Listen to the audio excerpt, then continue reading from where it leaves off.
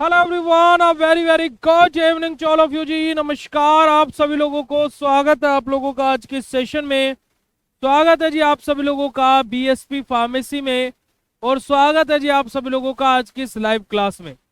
क्या हाल चाल आप सभी लोगों के? आई होप आप सब लोग बहुत बढ़िया होंगे, बेहतरीन होंगे और एकदम मजे में होंगे जी।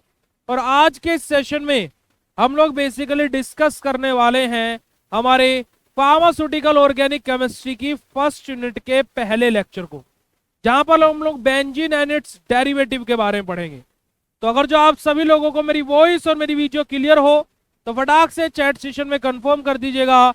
आप सभी लोगों को जय श्री कृष्णा, राधे राधे जी। और फिर उसके बाद हम लोग आज के सेशन को प्रारंभ करते हैं। ठीक है, चलिएगा।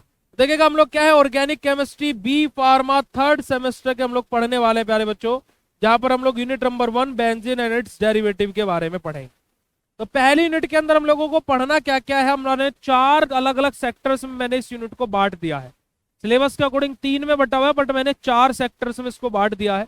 पहला हमारा सेक्टर क्या है प्यारे बच्चों, हम लोग बेसिक इंट्रोडक्शन अबाउट बेंजीन देखेंगे, उसका नोमेनक्लेचर कैसे करते हैं, कुछ बेसिक सी रिएक्शंस हम लोग यहाँ पर देखेंगे, है ना। हमारा बेंजीन अनस्टेबल रहता है या फिर स्टेबल कंपाउंड होता है, इसके बारे में पढ़ेंगे।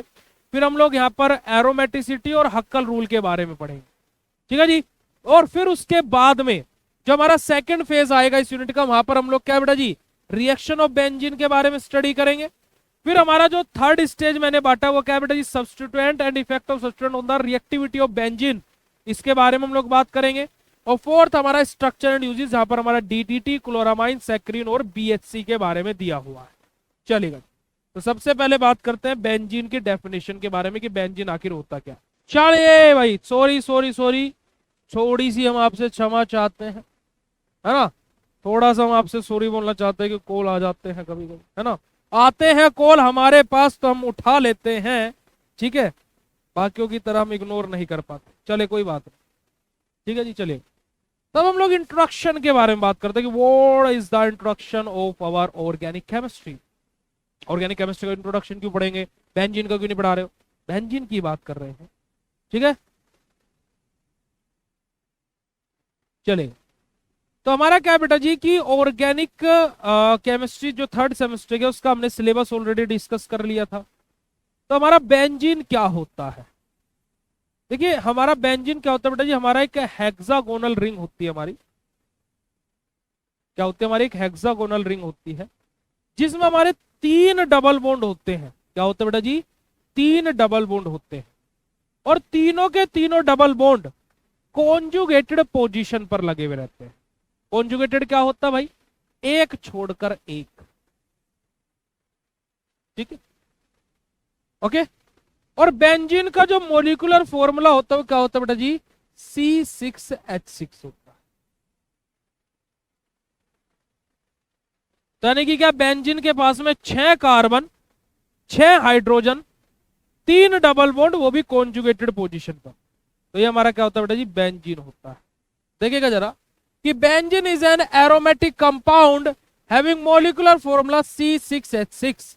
कि बेंजीन हमारा क्या होता है, एक और एरोमेटिक कंपाउंड होता है जिसका मॉलिक्यूलर फॉर्मूला C6H6 होता है, और जो क्या कंटेन करता है बेटा जी, 6 कार्बन कंटेन करता है, 6 हाइड्रोजन कंटेन करता है, और 3 कॉन्जुगेटेड डबल बॉन्ड पर कंटेन करता है। और बेंजीन का जो स्ट्रक्चर होता है वो ऐसा भी बना सकते हो, ऐसा भी बना सकते हो, और अभी तक जो ऐसा, ये ऐसा तो आप अभी तक बनाते हुए आए ही हो, ठीक है जी। अगर जो बेंजीन की सिंपल सी, सरल सी, सटीक डेफिनेशन समझ में आई हो तो फटाक से चैट सेशन में हर्ट वाला इमोजी भेज दीजिए। आगे बात करते हैं nomenclature of derivatives of benzene के बारे में। अब देखिए बेंजीन हमारा क्या होता है बेटा जी, मोनो सब्स्टिट्यूटेड, डाई सब्स्टिट्यूटेड और पॉली सब्स्टिट्यूटेड होता है। बेटा जी शाम को 8 बजे क्लास होगी, किसी बिना बुद्धि वाले को भी ये बात समझ में आ जाएगी कि 8 बजे क्लास होगी, बात खत्म हो। अब आप थर्ड सेमेस्टर में आ गए, अगर जो आप में अभी भी इतनी मैच्योरिटी नहीं आई तो फिर तो बेकार है भाई, छोड़ दो फार्मेसी, वो ज्यादा बेटर है। आई थिंक सो, मेरे अकॉर्डिंग वो ज्यादा बेटर है। पर लेकिन वही चीज है ना कि आप लोगों को चाहिए कि ठप्पा चाहिए अपने को, ये बोल दिया गया कि शाम को 8 बजे क्लास होगी, और बहुत सारे स्टूडेंट जो इस चीज पर फोकस कर रहे हैं कि भैया सब्जेक्ट और पता होना चाहिए, जैसे वो डेली क्लास में वो सब्जेक्ट के बारे में पढ़ के आएंगे। कितने कितने अच्छे बन रहे हैं आप लोग, हैं? हमें मत बताइए, ठीक है, थोड़ा समझा करें। चलिए, nomenclature of derivative of benzene के बारे में बात करते हैं कि nomenclature of derivative of benzene क्या होता है। जहां पर हमारा क्या आ जाएगा, मोनो सब्स्टिट्यूटेड बेंजीन आ जाएगी। जहां पर हमारा क्या आ जाएगा, डाई सब्स्टिट्यूटेड बेंजीन आ जाएगी, और पॉली सब्स्टिट्यूटेड। ये सब के सब हम आपको वन बाय वन करके बताएं। मोनो सब्स्टिट्यूटेड जहां पर तीन तरीके की चीजें होती हैं। एक हमारा जो नॉर्मल नेमिंग हमारी रहती है, दूसरा हमारा जहां पर हमारा क्या रहेगा, देखिए नॉर्मल नेमिंग हमारी रहेगी, दूसरा हमारा क्या रहेगा, बेंजीन पहले लगा रहेगा एज एन प्रीफिक्स के तौर पर, और तीसरा हमारा क्या रहेगा, कॉमन नेम, यानी कि जो उनका एक तरीके से जैसे कि उनका खुद के नाम से उनका नाम बोला जाएगा। ठीक है, चलेगा कैसे कैसे क्या रहेगा। मोनो सब्स्टिट्यूटेड बेंजीन डेरिवेटिव में बात करते हैं, जहां पर हमारी कंडीशन क्या आएगी, बेंजीन को एज एन सफिक्स के तौर पर यूज किया जा रहा है। बताइएगा जरा सफिक्स क्या होता है। सफिक्स क्या होता है, जो बाद में लगता है उसको बोलते हैं सफिक्स, या जो पहले लगता है उसको बोलते हैं सफिक्स। बताइएगा जरा बेटा जी, कि जो बाद में लगा होता है उसको सफिक्स बोलते हैं, जो जो पहले लगा होता है उसको सफिक्स बोलते हैं। बताइएगा जरा बेटा जी, कि जो बाद में लगा होता है उसको सफिक्स बोलते हैं, या शुरू में जो लगा होता है उसको सफिक्स बोलते हैं। बाद में लगा है उसको सफिक्स बोलते हैं। वेरी गुड बेटा, जो बाद में लगा हुआ रहता है उसको सफिक्स बोलते हैं। तो पहला मोनो सब्स्टिट्यूटेड बेंजीन डेरिवेटिव हमें क्या बोलता है कि बेंजीन को हम लोग एज एन सफिक्स के तौर पर यूज करें, और जो हमारी ब्रांच चेन लगी है उसको एज एन प्रीफिक्स के तौर पर। तो जैसे यहां पर बी आर लगा है, बी आर को हम लोग क्या बोलते हैं, ब्रोमो, और ये क्या है बेटा जी, बेंजीन है, तो इसका नाम क्या हो जाएगा, ब्रोमो बेंजीन। ठीक है, जैसे हमारा NO2 इसको हम क्या बोलते हैं बेटा जी, नाइट्रो, और ये क्या लगा हुआ है, बेंजीन, तो इसका नाम क्या हो जाएगा, नाइट्रो बेंजीन। तो इस तरीके से देखो बेंजीन हमारा क्या हो रहा है, एज एन सफिक्स के तौर पर यूज हो रहा है। दूसरी कंडीशन हमारी क्या आ जाती है बेटा जी, दूसरी कंडीशन हमारी आती है जहां पर हम लोग बेंजीन को एज एन प्रीफिक्स के तौर पर यूज करते हैं। प्री मतलब पहले, और जो फिक्स मतलब जो लगा हुआ हो। तो हमारा क्या, जैसे हमारा N2Cl है, तो ये एज एन सफिक्स के तौर पर लिखा जाएगा, और हमारा क्या बेटा जी, इसका बेंजीन को हम लोग प्रीफिक्स के तौर पर यूज करेंगे। जैसे यहां पर आप देख सकते हो बेंजीन डायजोनियम क्लोराइड, है ना, जैसे SO3H लगा है तो उसको हम क्या बोलते हैं, benzene sulphonic acid, benzene sulphonic acid. तो यहां पर आपको क्या देखने को मिला कि बेंजीन एज एन प्रीफिक्स के तौर पर लगा, यानी कि आगे लगा। ठीक है, तीसरी कंडीशन हमारे आते हैं जहां पर हमारे स्पेशल नेम होते हैं। जैसे कि यहां पर आप देखोगे ये CH3 लगा है, अगर जो मैं इसका नाम लिखूं तो क्या होगा बेटा जी, इसका नाम CH3 होगा मेरा मिथाइल, और ये मेरा क्या रहेगा, बेंजीन, तो इसका नाम क्या होगा, मिथाइल बेंजीन।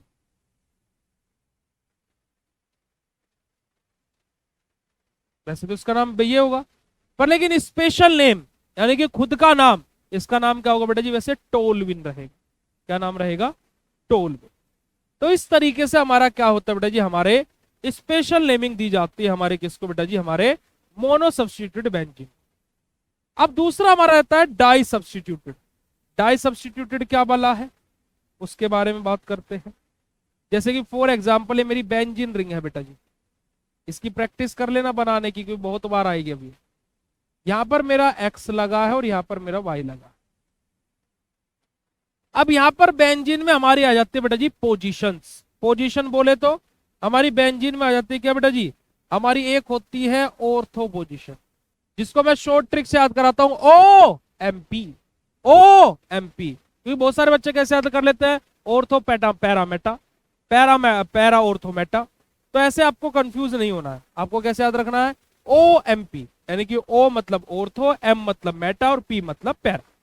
ठीक है, अभी मैंने इसी सीक्वेंस में क्यों याद कराए, क्योंकि बेटा जी हमारी जो नंबर 1 पोजीशन रहती है, नंबर 1 जो हमारी पोजीशन रहती है, उसके साइड ऑन वाली जो पोजीशंस होती है, जैसे मान लीजिए मेरा ये नंबर 1 पर है, तो उसकी जो ये दोनों साइड पोजीशंस रहेंगी मेरी क्या होंगी, ऑर्थो। उससे नेक्स्ट जो दोनों रहेंगी, उससे नेक्स्ट जो दोनों रहेंगी वो क्या होंगी, मेटा होंगी। और जब बच्ची कुची रहेगी वो हमारी क्या होगी, पैरा। ठीक है, इसी वजह से बोलते हैं कि दूसरे और छठे नंबर पर हमारी क्या होते हैं बेटा जी, ऑर्थो पोजीशन होती है। क्या बोलते हैं, दूसरे और छठे नंबर पर हमारी क्या होती है, ऑर्थो पोजीशन होती है। तीसरे और पांचवें नंबर पर हमारी मेटा होती है। और प्यारे बच्चों हमारा चौथी पोजीशन पर हमारा पैरा होता है। ठीक है, अब ये ऑर्थो मेरा मेटा और पैरा का कॉन्सेप्ट समझ में आया। अब मैं आप लोगों से यहां पर एक क्वेश्चन पूछता हूं कि अगर जो मेरे इस यहां पर ये स्ट्रक्चर है, ये वाली पोजीशन मेरी क्या है बेटा जी, फर्स्ट पोजीशन है, ये प्रायोरिटी ऑर्डर में पहले नंबर पर आ रहा है। तो जो मेरा एक्स है वो ऑर्थो मेटा पैरा में से कौन सी पोजीशन पर लगा हुआ है।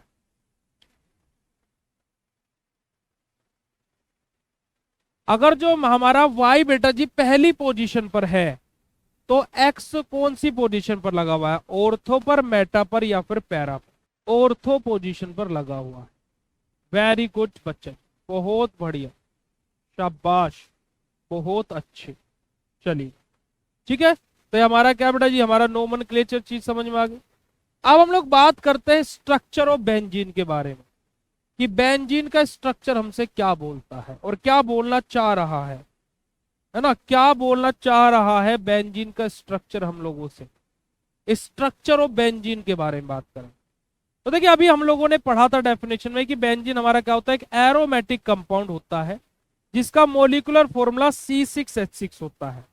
इसका मतलब बेंजीन के पास में 6 हाइड्रोजन और 6 कार्बन है। ठीक है, अगर जो मैं आपसे बोलूं तो बेंजीन क्या है स्ट्रक्चर, क्या बेंजीन का यही बनता है प्यारे बच्चों। अगर जो आप कंफर्म करेंगे हार्ट वाले इमोजी के साथ में, क्या ये बेंजीन का स्ट्रक्चर है, बिल्कुल बेंजीन का स्ट्रक्चर है। अगर जो मैं यहां पर ये एक और स्ट्रक्चर बना रहा हूं, ये स्ट्रक्चर बेटा जी हमारा किसका है, साइक्लोहेक्सेन का है। ये स्ट्रक्चर किसका है, बेंजीन का है।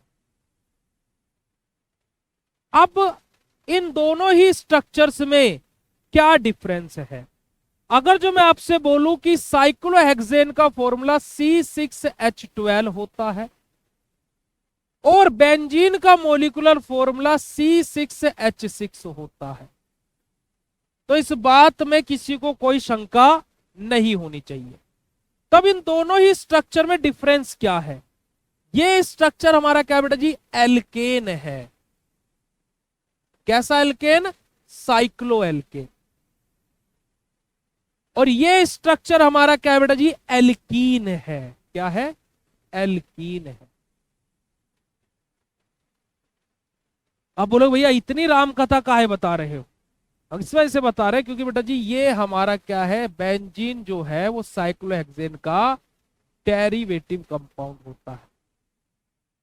कैसे साइक्लोहेक्सेन बेंजीन का, बेंजीन साइक्लोहेक्सेन का डेरिवेटिव कंपाउंड होता है, क्योंकि अगर जो मैं बेंजीन में हाइड्रोजन को ऐड कर दूं, मैं हर पोजीशन पर एक एक हाइड्रोजन को ऐड कर दूं तो डबल बॉन्ड उड़ जाएंगे, तो मुझे साइक्लोहेक्सेन ही मिलेगा। तो यहीं पर ये बात भी यहां पर लिखी हुई है, the molecular formula of benzene was found to be C6H6। जो हमारा मोलिकुलर फॉर्मूला होता है बेंजीन का वो क्या है बेटा जी, C6H6 होता है। It means benzene has 6 hydrogen atom less than it's corresponding structure hexane. अब इसका मतलब क्या है बेटा जी, कि बेंजीन के पास में इसका मतलब क्या है, 6 हाइड्रोजन एटम होते हैं। 6 कार्बन तो है ही पर, लेकिन बेंजीन के पास में क्या होते हैं, 6 हाइड्रोजन एटम होते हैं। और अगर जो उसी के कोरस्पॉन्डिंग, उसी के जैसे हमारे कंपाउंड की बात करें, किसके, साइक्लोहेक्सेन के पास में क्या है, 12 हाइड्रोजन होते हैं। इसका मतलब बेंजीन के पास में साइक्लोहेक्सेन से कितने नंबर ऑफ हाइड्रोजन कम है बेटा जी, 6 हाइड्रोजन कम है। ठीक है जी, हेक्सेन हमारे देखिए क्या बोलेगा, 6 hydrogen atom less than the corresponding saturated hexane. ठीक है, 6 हाइड्रोजन एटम कम है, जिसका मॉलिक्यूलर फॉर्मूला हमारा क्या होता है बेटा जी, C6H12 होता है। यही बात मैंने आपको बताई हुई है प्यारे बच्चों, यस और नो। ठीक है जी, चलिएगा। तो benzene is highly unsaturated compound. हमने साइक्लोहेक्सेन के साथ में बेंजीन का कंपैरिजन क्यों करा? हम लोगों ने सेकंड सेमेस्टर में एक बात पढ़ी थी बेटा जी, कि जो सिंगल बॉन्ड कंटेन करता है, जैसे कि हमारे एल्केन है, ये हमारे क्या होते हैं बेटा जी, सैचुरेटेड कंपाउंड होते हैं। और जो हमारी एल्कीन है लाइक दिस, इस तरीके के जो हमारे कंपाउंड्स होते हैं वो हमारे क्या होते हैं बेटा जी, डबल बॉन्ड या जो मल्टीपल बॉन्ड्स कंटेन करते हैं वो हमारे अनसैचुरेटेड होते हैं। तो भाई साइक्लोहेक्सेन जहां पर हमारे सिंगल सिंगल बॉन्ड है तो सैचुरेटेड हो गया। तो अब इसके जब कंपैरिजन में हमने चीज करी तो इसका मतलब क्या हुआ बेटा जी, कि जो हमारा बेंजीन वो हमारा क्या है, हाईली अनसैचुरेटेड कंपाउंड है। क्यों? कि भाई बेंजीन के पास में तो 3 डबल बॉन्ड प्रेजेंट है। ठीक है जी। तो various observations also support this fact. बहुत सारी अलग अलग हमारी क्या बेटा जी ऐसी थ्योरीज हैं जो ये बोलती हैं कि बेंजीन एक अनसैचुरेटेड कंपाउंड है। पर याद रखिएगा कि बेंजीन हमारा क्या बेटा जी एक अजब अलबेला अनोखा कंपाउंड है, जो अभी क्या बोल रहा है कि अभी पिक्चर तुम चलाओ, हम अंत में बोलेंगे। ठीक है जी। तो अभी क्या है, हम लोग ये एविडेंसेस दिखा रहे हैं कि जिसकी वजह से हम ये बोल रहे हैं कि बेंजीन एक अनसैचुरेटेड कंपाउंड है। तो देखिएगा जरा पहला ही कि benzene can take 3 molecule of hydrogen in the presence of crystal like nickel and platinum to form cyclohexane. Benzene क्या शो करता है बेटा जी, हमारी 3 मॉलिक्यूल ऑफ हाइड्रोजन को अपने अंदर इनटेक कर लेता है और एडिशन रिएक्शन शो करता है ना जी, किसकी प्रेजेंस में, निकिल कैटलिस्ट की प्रेजेंस में या फिर प्लेटिनम की प्रेजेंस में, और जहां से किसका फॉर्मेशन होता है, साइक्लोहेक्सेन का। क्या होता है बेटा जी, हमारा सिंपल सा जो बेंजीन है, क्या है बेटा जी, हमारा जो सिंपल सा हमारा जो बेंजीन है ये रिएक्शन कर रहा है 3 मॉलिक्यूल्स ऑफ हाइड्रोजन के साथ में in the presence of nickel catalyst at 473 to 523 kelvin temperature, और जहां से हमारा किस चीज का फॉर्मेशन हो जा रहा है बेटा जी, हमारा साइक्लोहेक्सेन का फॉर्मेशन हो जा रहा है। क्लियर हुई बात बेटा जी, यस और नो? तो हमारा क्या है, बेंजीन ने किसके साथ में रिएक्शन करी, 3 मॉलिक्यूल्स ऑफ हाइड्रोजन, जहां से हमारा साइक्लोहेक्सेन बन गया। अगली रिएक्शन भी हमारी ऐसी ही है कि हमारे जो बेंजीन है वो 3 मॉलिक्यूल्स ऑफ Cl2 के साथ में रिएक्शन करता है इन the presence of ultraviolet rays, और जहां से हमारा क्या बनता है बेटा जी, हमारा BHC बेंजीन हेक्साक्लोराइड का फॉर्मेशन होता है। तो देखिएगा जरा, तो in presence of sunlight benzene readily added 3 molecules of chlorine to form benzene hexachloride, है ना। हमारे जहां से किसका फॉर्मेशन होता है बेटा जी, benzene 3 molecules of chloride UV rays की प्रेजेंस से जहां से बेंजीन हेक्साक्लोराइड का फॉर्मेशन होता है। वहीं पर ही बेंजीन हमारा 3 मॉलिक्यूल्स ऑफ ओजोन के साथ में रिएक्शन करता है, जहां से बेंजीन ओजोनाइड का फॉर्मेशन होता है। कि हमारा जो बेंजीन है form triozonide on reaction with ozone. तो देखिए बेंजीन ओजोन के साथ में रिएक्शन कर रहा है, जहां से हमारा बेंजीन ट्राइओजोनाइड का फॉर्मेशन हो रहा है। आ रही है बात समझ में प्यारे बच्चों? तो अब ये वो एविडेंसेस है जो ये बोलते हैं कि बेंजीन क्या होता है, हाईली अनसैचुरेटेड होता है।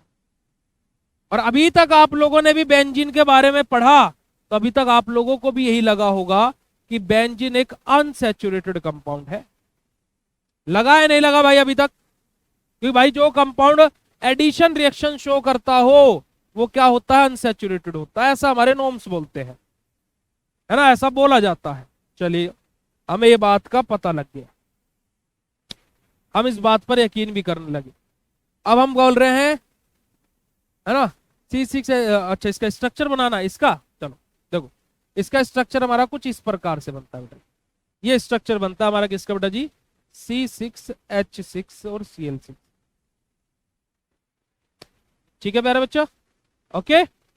चलिए अब बात करते हैं कि हमारा कि बेंजीन अब बोलता बड़ा देर हो गई यार इन्हें हमारी बुराई करते करते। अब हम इन्हें बताते हैं कि भैया हम सैचुरेटेड भी होते हैं, है ना, बहुत देर हो गई, क्योंकि बेंजीन बोल रहा था हम अंत में बोलेंगे। अब बेंजीन बोल रहा हो गया आपका भाई, है ना, आपने बोल लिया। अब हम बताते हैं कि आपने हमें बोला कि आप हम एडिशन रिएक्शन शो करते, तो आपने हमें अनसैचुरेटेड बोल दिया। अब हम आपको बताते हैं, बेंजीन ने पूछा कि भैया ये बताइए कि अनसैचुरेटेड कंपाउंड इजीली ऑक्सीडाइज हो जाते हैं। यही बोला जाता है भाई कि जो अनसैचुरेटेड कंपाउंड है वो इजीली ऑक्सीडाइज हो जाते हैं। फिर बेंजीन ने पूछा कि भैया आप ये बताइएगा कि सैचुरेटेड कंपाउंड इजिली ऑक्सीडाइज नहीं होते? हाँ जी, जो सैचुरेटेड कंपाउंड है वो जल्दी से ऑक्सीडाइज नहीं होते। यानी कि यही बात सही है कि अगर जो कोई कंपाउंड अनसैचुरेटेड है तो वो इजीली ऑक्सीडाइज हो जाएगा, और जो कंपाउंड सैचुरेटेड है वो इजीली ऑक्सीडाइज नहीं होगा। क्या हमने बात सही बोली? यस और नो बोलिएगा जज साहब, आप लोग जज हैं सब लोग।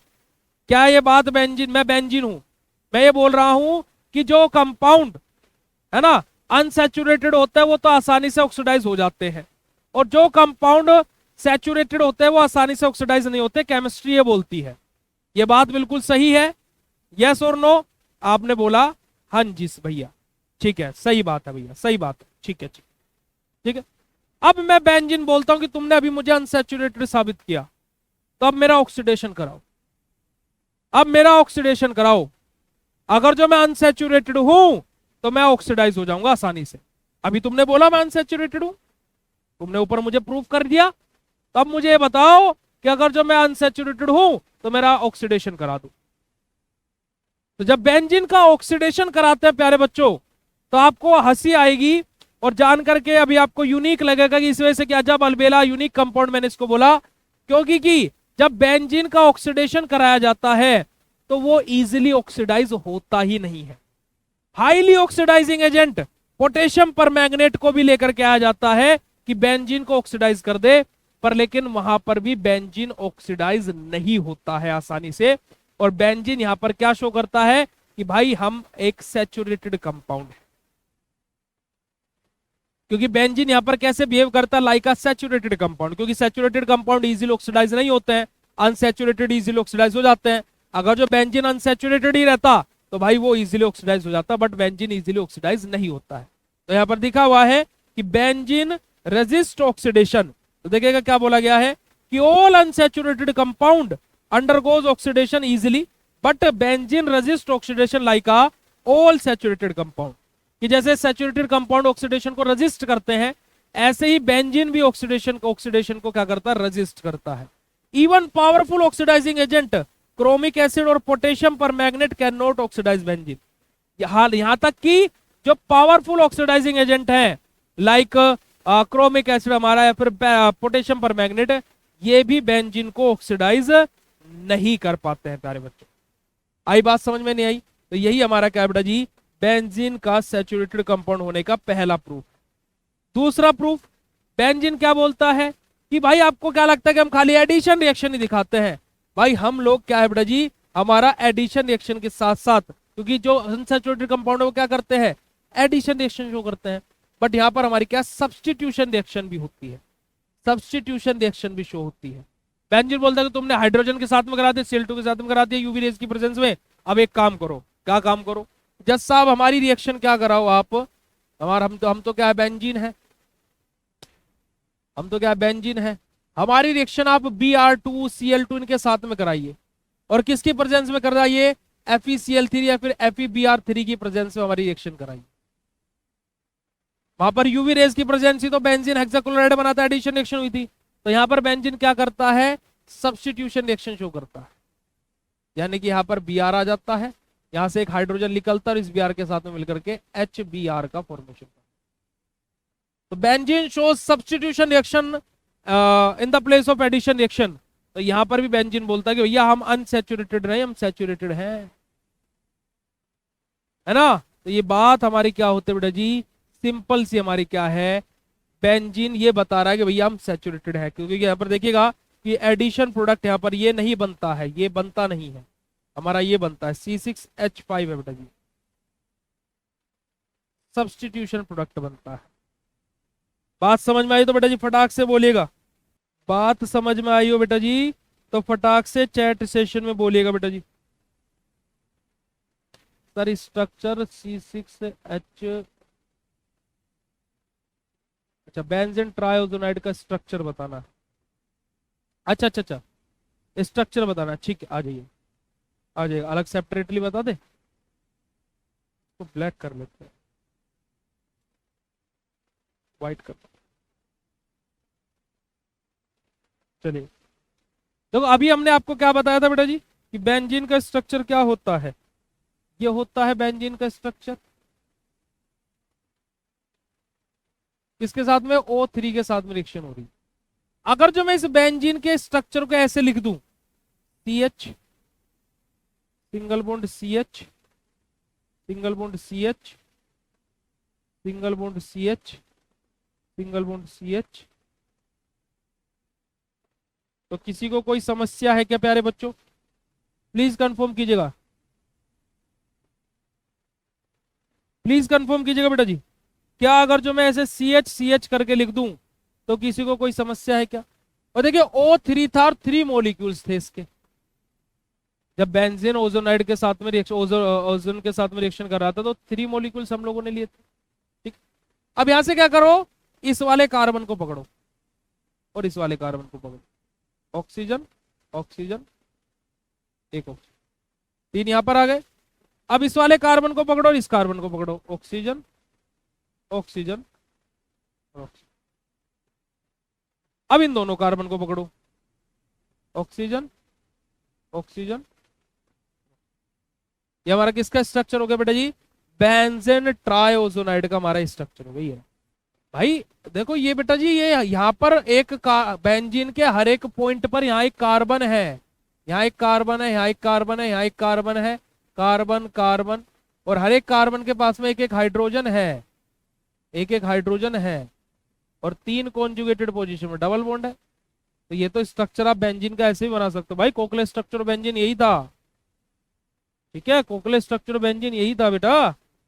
चलिए, तो आज के इस सेशन में हम लोग खाली इतना ही डिस्कस करेंगे।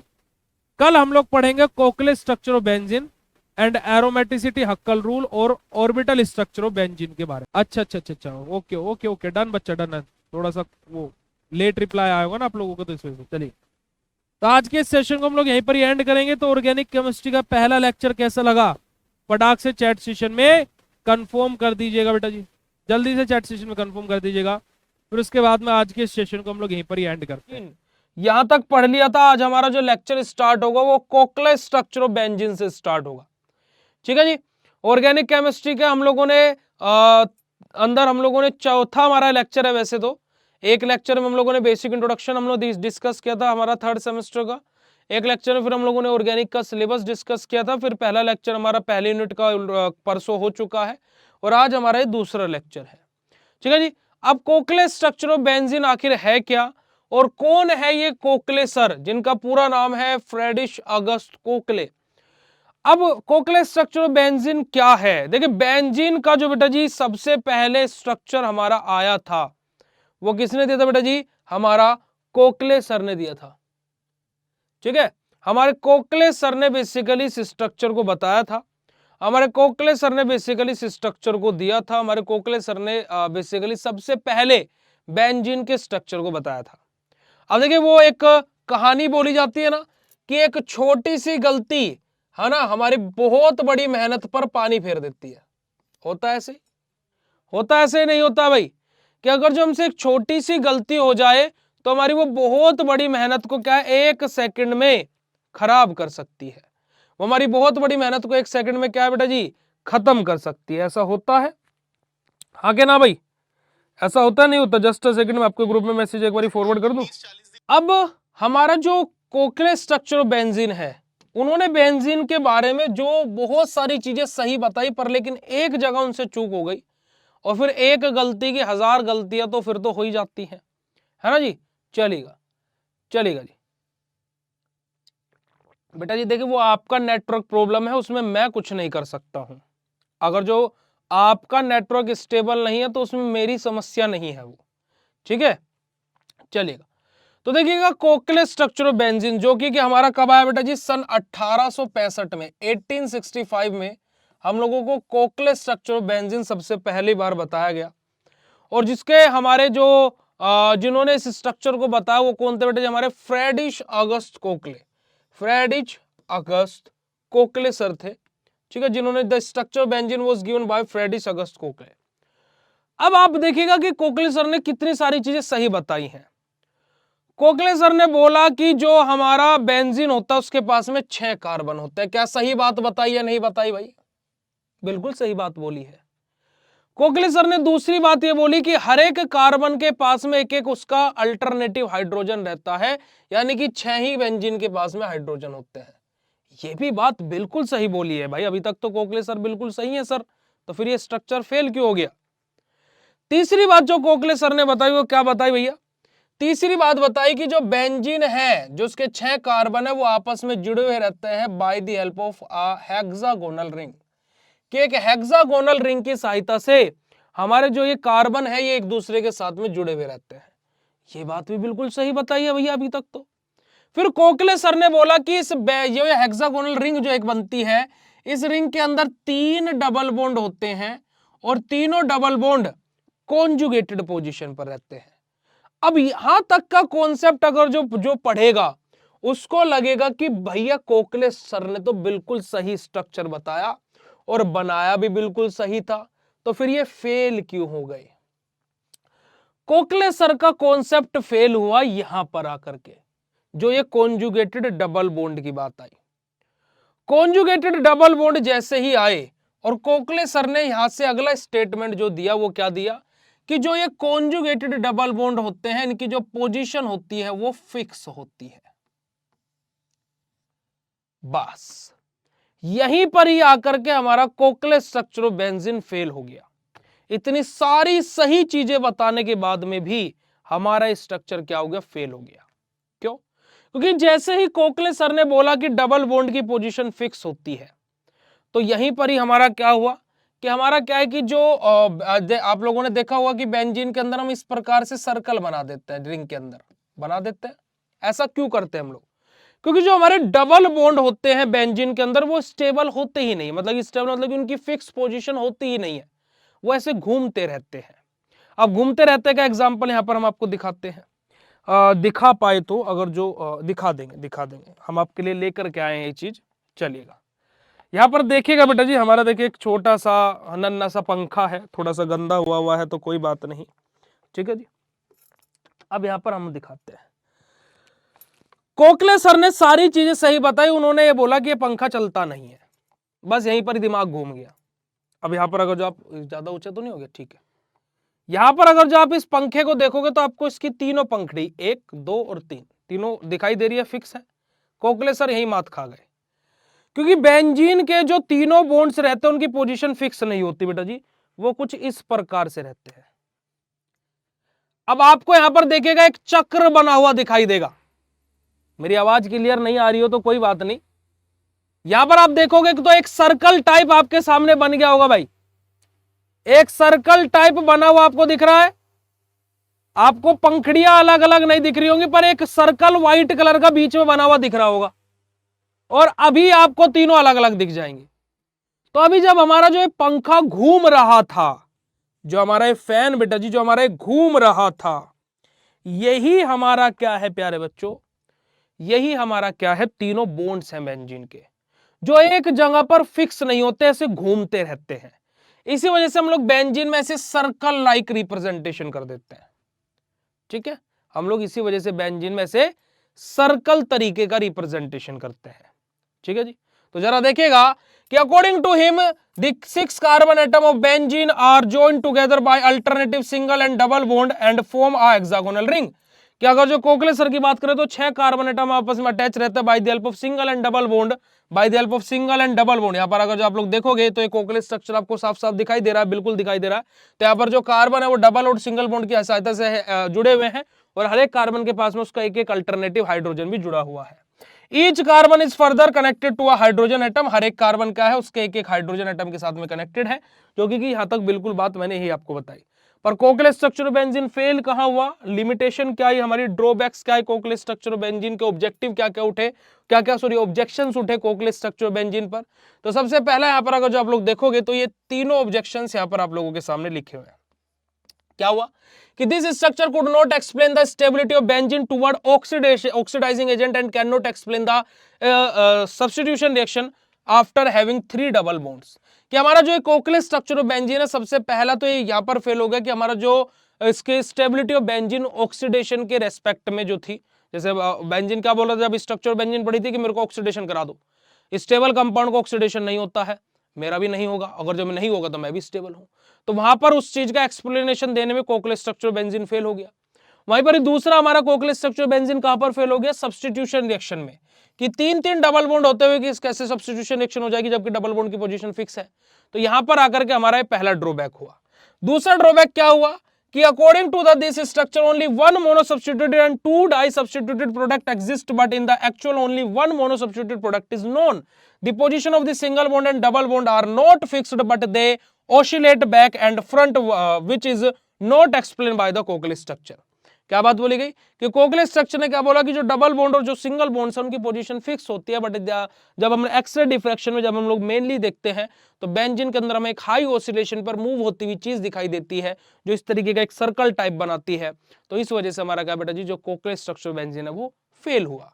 Kochler formula for benzene contain two kind of bonds, that is single and double bond, but X-ray diffraction shows that benzene is a regulatory hexagon with an angle of 120 degree and all the carbon-carbon bond length are equal.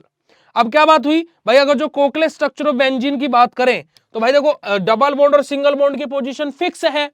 Double bond और single bond अगर जो fix हो गए तो भाई यहां पर bond angle अलग होगा, यहां पर बॉन्ड एंगल अलग होगा, यहां पर बॉन्ड एंगल अलग होगा, है ना, और बॉन्ड लेंथ भी अलग अलग होगी। डबल बॉन्ड पर बॉन्ड लेंथ अलग, सिंगल बॉन्ड पर बॉन्ड लेंथ अलग।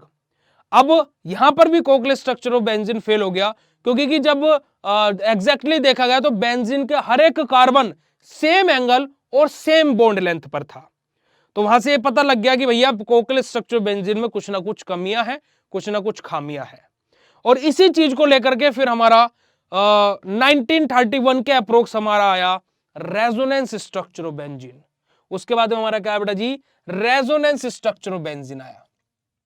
और रेजोनेंस स्ट्रक्चर ऑफ बेंजीन में कुछ नहीं हुआ, बस एक चीज बोली गई कि डबल बॉन्ड की पोजीशन बेंजीन में फिक्स नहीं होती है, डबल बॉन्ड हाई ऑसिलेशन पर मूव करते हैं बेंजीन में, और दो कोवलेंट स्ट्रक्चर ऑफ बेंजीन को मर्ज किया गया और फिर हमारा क्या बेटा जी बेंजीन का एग्जैक्ट स्ट्रक्चर बन के आया।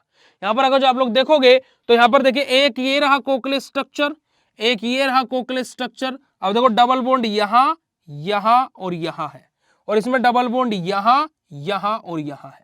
बस डबल बॉन्ड्स की पोजीशन चेंज हुई है और यही हमारा क्या बेटा जी रेजोनेंस स्ट्रक्चर बेंजीन है। अगर जो हम लोग सिंगल बॉन्ड अगर जो कहीं पर है तो वहां पर अगर जो हम लोग बात करते हैं तो बॉन्ड लेंथ कितनी होती है 1.39 एंगस्ट्रॉम। और अगर जो हम लोग बात करते हैं बेटा जी, सॉरी माफ कीजिएगा, जहां पर हमारे कार्बन कार्बन डबल बॉन्ड होता है तो वहां पर बॉन्ड लेंथ कितनी होती है 1.34 एंगस्ट्रॉम। और जहां पर कार्बन कार्बन सिंगल बॉन्ड की सहायता से अटैच होता है वहां पर बॉन्ड लेंथ कितनी होती है 1.54 एंगस्ट्रॉम। ठीक है जी, 1.54 एंगस्ट्रॉम और 1.34 एंगस्ट्रॉम। और जबकि बेंजीन के अंदर जो बॉन्ड लेंथ होती है कोवलेंट स्ट्रक्चर के अकॉर्डिंग, जहां पर सिंगल बॉन्ड थे वहां पर बॉन्ड लेंथ ये थी, जहां पर डबल बॉन्ड थे वहां पर बॉन्ड लेंथ ये थी। पर लेकिन क्या बात बोली गई कि बेंजीन के अंदर, ठीक है, बेंजीन के अंदर डबल बॉन्ड की पोजीशन फिक्स नहीं होती है, यानी कि बेंजीन के अंदर जो बॉन्ड्स हैं उनकी बॉन्ड लेंथ सेम रहती है। तो इसी वजह से जो कोवलेंट स्ट्रक्चर बेंजीन वो फेल हुआ था। पर रेजोनेंस स्ट्रक्चर बेंजीन ने क्या बोला कि जो बॉन्ड लेंथ होती है बेंजीन के अंदर वो कितनी होती है बेटा जी 1.39 एंगस्ट्रॉम होती है, ना ही डबल बॉन्ड के बराबर ना ही सिंगल बॉन्ड के बराबर। बात अगर जो समझ में आई हो कोवलेंट स्ट्रक्चर ऑफ बेंजीन क्या है और रेजोनेंस स्ट्रक्चर ऑफ बेंजीन क्या है तो फटाफट चैट सेशन में कंफर्मेशन दे दीजिएगा। अब यहां पर देखिएगा रेजोनेंस स्ट्रक्चर ऑफ बेंजीन का एक छोटा सा एनिमेशन भी मैं आप लोगों को दिखा देता हूं, अगर जो मैं दिखा पाया तो बेसिकली दिखाई देते हैं, दिखा क्या पाया। ठीक है, अभी मैंने एक पंखे वाला एग्जांपल दिया आपको, आई थिंक सो पंखे वाला एग्जांपल से आपकी बहुत सारी चीजें क्लियर हुई होंगी। यहां पर हम एक और एग्जांपल आप लोगों को दे देते हैं, क्रिएट अ न्यू वन। मेरे को यहाँ पर चाहिए भाई बेंजीन चाहिए मेरे को, मुझे इसका 3D देखना है, ये रहा। ठीक है, अभी अगर जो आप इस बेंजीन को देखोगे, ठीक है, अगर जो आप अभी इस बेंजीन को देखने के लिए बैठोगे, ठीक है जी, जस्ट अ सेकेंड, अगर हम इस बेंजीन को आपके सामने एक मिनट ऐसे सीधी कर दे, ठीक है, देख रही है आपको बेंजीन। अब मैं यहां पर इसकी पोजीशंस को मार्क करूंगा, इसको मैं स्टॉप करूंगा, जस्ट अ सेकंड, पॉज करेंगे हम इसको, ऑटो रोटेशन ऑफ। ठीक है, अभी मैं इसकी पोजीशन को आपके सामने नंबरिंग दे रहा हूं बेटा जी। देखो ये 1 नंबर पर है, यहां पर दूसरा डबल बॉन्ड है, यहां पर तीसरा डबल बॉन्ड है। भाई देखो कुछ भी मैं जादू नहीं करूंगा यहाँ पर, ठीक है, मैं यहाँ पर कुछ भी रिपीट कर दूंगा, परेशान मत होइए, रिपीट कर दूंगा। अभी जो मैं समझा रहा हूँ बस ये समझ लो, फिर रिपीट कर दूंगा पूरा, एक बार दोबारा रिपीट कर दूंगा, कोई दिक्कत नहीं। देखो मैंने कोई जादू नहीं करूंगा बेटा जी, मैंने यहाँ पर 1 नंबर लिखा, 2 नंबर लिखा, 3 नंबर लिखा, ठीक है। मुझे थोड़ा सा ऐसे पेन हटाना पड़ेगा, अभी कुछ नंबर नहीं लिखे, मैं इसका ऑटो रोटेशन दोबारा ऑन करता हूँ। देखो मैं साइड में खड़ा हुआ हूँ और बस मैं ऑटो रोटेशन ऑफ करूंगा, ठीक है। अब आप देखिएगा डबल बॉन्ड ने अपनी पोजीशन चेंज कर ली एक ही झटके में, देखिएगा जरा।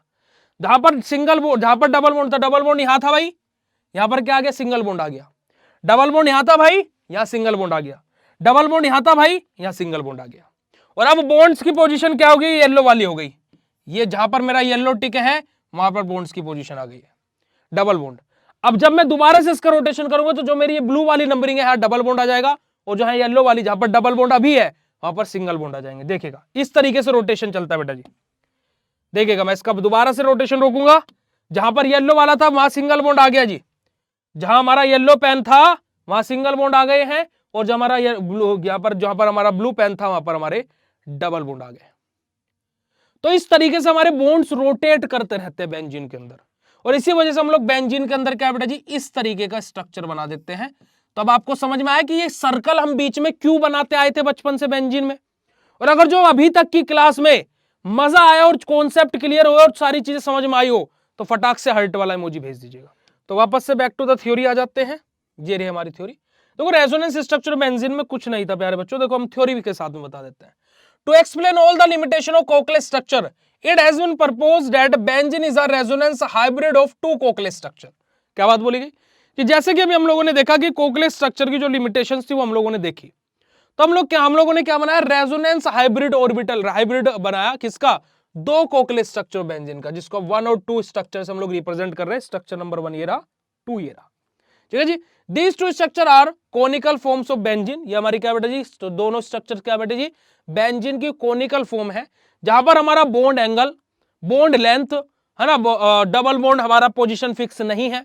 ये सारे के सारे क्राइटेरिया फुलफिल हो रहे हैं, तो ये सब कुछ हमारा क्राइटेरिया फुलफिल हो रहा है, ठीक है जी। जहां पर हमारे सिंगल बॉन्ड अगर जो जहां पर होता है तो वो बॉन्ड लेंथ कितनी होती है, 1.54 एंगस्ट्रॉम, और जहां पर कार्बन कार्बन डबल बॉन्ड से अटैच होता है वहां पर हमारी जो बॉन्ड लेंथ होती है वो कितनी होती है बेटे जी, 1.34 एंगस्ट्रॉम। तो कोकलेस स्ट्रक्चर के अकॉर्डिंग डबल और सिंगल बॉन्ड की पोजीशन फिक्स थी, यानी कि जहां सिंगल बॉन्ड है वहां पर बॉन्ड लेंथ 1.54 एंगस्ट्रॉम होनी चाहिए थी, जहां सिंगल बॉन्ड है वहां पर जो बॉन्ड लेंथ है वो वहां पर 1.34 एंगस्ट्रॉम होनी चाहिए थी। पर लेकिन बॉन्ड लेंथ हर जगह का बेंजीन की सेम होती है। तो जब हमने रेजोनेंस स्ट्रक्चर ऑफ बेंजीन का कॉन्सेप्ट लेकर के आए तो यहां पर हमारी जो बॉन्ड लेंथ निकली, चाहे हमारा ये वाला बॉन्ड हो, चाहे ये हो, चाहे ये हो, चाहे ये हो, चाहे ये हो, चाहे ये हो, हर एक बॉन्ड की बॉन्ड लेंथ हमारी कितनी निकली बेटा जी, 1.39 एंगस्ट्रॉम, यानी कि सेम निकली। और यही हमारा क्या है, रेजोनेंस स्ट्रक्चर ऑफ बेंजीन है। और आई थिंक सो मैं आप लोगों को resonance structure of benzene and Kekule's structure of benzene बहुत सिंपल, सरल और सटीक भाषा में और बहुत ही मजेदार और बहुत ही फनी तरीके से मैं आप लोगों को समझा पाया हूं। अगर जो बात क्लियर हो बेटा जी तो फटाक से चैट सेशन में कंफर्मेशन दे दीजिएगा जी, फटाक से चैट सेशन में कंफर्मेशन दे दीजिएगा बेटा जी, जल्दी से। फिर हम लोग बात करेंगे एरोमेटिसिटी एंड हक्कल रूल के बारे में कि what is aromaticity and what is हक्कल rule. अब देखिए एरोमेटिसिटी भी एक अलग ही कॉन्सेप्ट है अपना, और हक्कल रूल क्या है, वो बोलते हैं ना कि जब सिस्टम में ज्यादा खराबी आ जाए, जब एक मसीहा पैदा होता है उसे, जिसे हम सहनसा कहते हैं, ऐसे हमारे हक्कल सरते। अब ये क्या है भैया, देखिएगा क्या हुआ कि हमारा पहले क्या बोला जाता था, शायद आपने भी कभी ना कभी ये चीज पढ़ी होगी या सुनी होगी कि जो साइक्लिक स्ट्रक्चर है वो एरोमेटिक और जो नहीं है वो नॉन एरोमेटिक है। पर लेकिन कुछ कंपाउंड ऐसे भी होते हैं जो साइक्लिक स्ट्रक्चर होती है पर एरोमेटिक नहीं है, पर फिर भी एरोमेटिक बोला जा रहा है। और कुछ हमारे कंपाउंड ऐसे हैं कि जो एरोमेटिक हैं पर लेकिन उनके पास में स्ट्रक्चर वैसे ना होने की वजह से उनको एरोमेटिक बोला नहीं जा रहा है। अब इस चीज को देख करके हमारे जो हक्कल सर है उनका दिमाग चकराया और उन्होंने कुछ नियम बना दिए कि कोई भी कंपाउंड एरोमेटिक हो सकता है, बस शर्त इतनी है कि वो इन 4 नियम को फॉलो करेगा। यानी कि जो हमारे हक्कल सर थे उन्होंने क्या किया बेटा जी, हमारे 4 नियम बनाए और उन्होंने बोला कि जो भी कंपाउंड एरोमेटिक होगा वो इन चारों नियम को, जो भी कंपाउंड इन चारों नियम को फॉलो कर लेगा वो एरोमेटिक, और जो नहीं कर पाएगा वो नॉन एरोमेटिक। तो यहां पर देखिएगा जरा कि earlier benzene and it's derivative have large resonance energy. देखो मैं एक एक पॉइंट लिखता रहूंगा, उसको याद रखते रहना। मैंने अभी आपको क्या बोली है, बेंजीन और जितने भी उसके डेरिवेटिव होते हैं उनके पास में क्या होता है बेटा जी, लार्ज रेजोनेंस एनर्जी होती है। और इसी वजह से उनको हम क्या बोलते हैं, आर कोल्ड एरोमेटिक कंपाउंड। इसी वजह से वो कंपाउंड्स हमारे क्या कहलाते हैं, एरोमेटिक कंपाउंड कहलाते हैं। और उनके पास में लार्ज रेजोनेंस एनर्जी होने की वजह से एक्स्ट्रा स्टेबिलिटी भी होती है। And their extra stability is refer to their special properties are called aromatic character और एरोमेटिसिटी। क्या बात बोली गई बेटा जी, कि जो हमारे बेंजीन होते हैं और जो उसके डेरिवेटिव कंपाउंड होते हैं उनके पास में लार्ज रेजोनेंस एनर्जी होती है। इसी वजह से उनको हम क्या बोलते हैं, एरोमेटिक कंपाउंड बोलते हैं। और लार्ज रेजोनेंस एनर्जी होने की वजह से उनके पास में एक्स्ट्रा स्टेबिलिटी होती है। और एक्स्ट्रा स्टेबिलिटी होने की वजह से उनकी स्पेशल प्रॉपर्टीज जो रहती हैं वो ही, उसी को हम लोग क्या बेटा जी, हमारा एरोमेटिक कैरेक्टर या फिर एरोमेटिसिटी बोलते हैं। ठीक है जी। But there are various limitation of this concept. पर लेकिन इस जो हमारा कॉन्सेप्ट है इसकी बहुत अलग अलग प्रकार के हमारे क्या बेटा जी लिमिटेशंस है। एक सेकंड प्यारे बच्चों। अब यहां पर क्या बात है बेटा जी, कि लार्ज रेजोनेंस एनर्जी, जैसे पहले क्या होता था कि राजा का बेटा ही राजा बनेगा, ये वाला कॉन्सेप्ट था ना, कि भाई जिसके पास में लार्ज रेजोनेंस एनर्जी है तो उनके पास में एक्स्ट्रा स्टेबिलिटी है, एक्स्ट्रा स्टेबिलिटी है तो उनके पास में स्पेशल प्रॉपर्टीज है, तो वो एरोमेटिक हो गए। अब जो कि एरोमेटिक हो सकते हैं, जैसे कि हमारा साइक्लोब्यूटाडाइन, जैसे कि हमारा साइक्लो ऑक्टाटेट्राइन, हमारा ये हमारे क्या डेरिवेटिव्स हैं, है ना, ऑल्सो शो एरोमेटिसिटी, ये भी हमारे क्या शो करते हैं, एरोमेटिसिटी शो करते हैं। पर लेकिन इनके पास में लार्ज रेजोनेंस एनर्जी या फिर ये सब कुछ ना होने की वजह से इनको एरोमेटिक कैरेक्टर में रखा नहीं जाता। It means aromaticity is not related to the cyclic conjugated polyenes but it is related to the number of pi electrons in the conjugated polyene. तो इसका मतलब क्या हुआ कि ये जरूरी नहीं है कि जिसके पास में लार्ज रेजोनेंस एनर्जी हो, एक्स्ट्रा स्टेबिलिटी हो, वो ही एरोमेटिक हो, या फिर ये जरूरी नहीं है कि जिसके पास में साइक्लिक कॉन्जुगेटेड पोलिन्स हो वो ही एरोमेटिक हो। कोई भी एरोमेटिक हो सकता है। एरोमेटिसिटी किसके ऊपर डिपेंड करती है, नंबर ऑफ पाई इलेक्ट्रॉन्स पर, ना कि लार्ज रेजोनेंस एनर्जी और इन सब चीजों के ऊपर। तो इसी कॉन्सेप्ट को लेकर के जो हमारे हक्कल सर थे उन्होंने कुछ रूल्स दिए। ठीक है, उन्होंने क्या दिया बेटा जी, कुछ रूल्स दिए, उन्होंने कुछ पॉइंट्स बताए कि जो क्या करेगा एरोमेटिक कैरेक्टर। क्योंकि देखो पहले क्या था, राजतंत्र था कि राजा का बेटा ही राजा बनेगा, प्रजा जैसी है वैसी ही रहेगी। फिर अब क्या हुआ, फिर हमारे हक्कल सर का दिमाग घुमा, उन्होंने लोकतंत्र लेकर के आए कि जिसको प्रजा डिसाइड करेगी वो राजा बनेगा। ऐसे हुआ ना भाई। तो ऐसे हमारा क्या है, हक्कल सर ने 4 नियम निकाले। हक्कल रूल्स जो हमारा है कि हमारे जो जर्मन की फिजिसिस्ट थे हमारे हक्कल सर, उन्होंने 1931 में हमें 4 कॉन्सेप्ट दिए हक्कल रूल के नाम से, जिसको हम जानते हैं। ठीक है, ठीक है जी। उसमें हमारा क्या है बेटा जी, जिसको इस रूल को आप लोग 4n+2 पाई रूल के नाम से भी जानते हैं। 4n+2 pi rule. बेटा जी एक बात मैं आप लोगों को सभी को बोलना चाहूंगा कि जो भी एक्स्ट्रा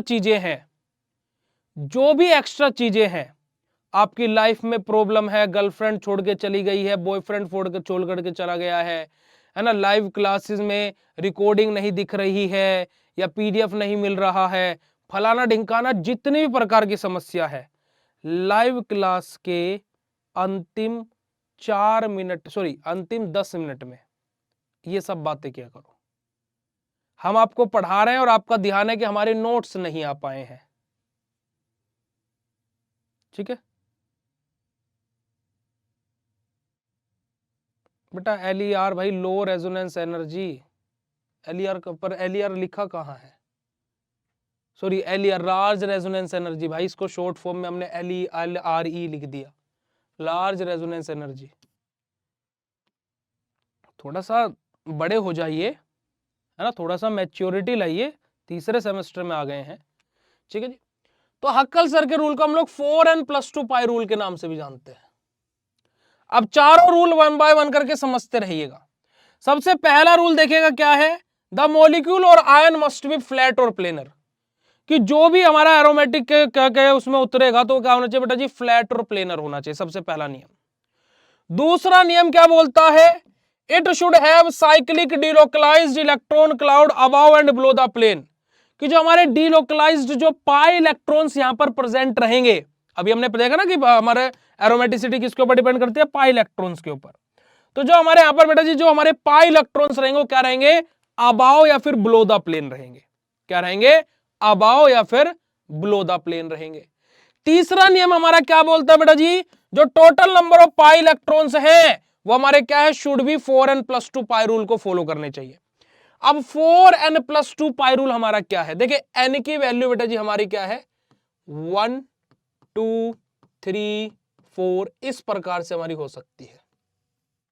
ठीक है, यानी कि हमारी क्या है 0 1 2 3 4 5 6 7 8 9 10, n की वैल्यू कितनी भी हो सकती है। ठीक है जी, अब n की जगह मान लीजिए मैंने रखा 0, तो जहां पर हमारे 2 पाई इलेक्ट्रॉन है वो हमारा एरोमेटिक है, अगर जो 4n+2 पाई रूल की हम लोग बात करें। ठीक है जी, ऐसे हमारा क्या होता है, देखो मैं पर आपको एक सीरीज बता देता हूं, इसको आप स्मॉलो मोशन में करके भी लिख सकते हो। 2 6 10 14 18 22 26 30 34 38 42 40 50 54 58 62 66 70 74 78 82 86 90 94 98 102 106 110 इस प्रकार से अगर जो नंबर ऑफ पाई इलेक्ट्रॉन्स आ रहे हैं निकल करके, मतलब वो 4n+2 पाई रूल को फुलफिल कर रहा है।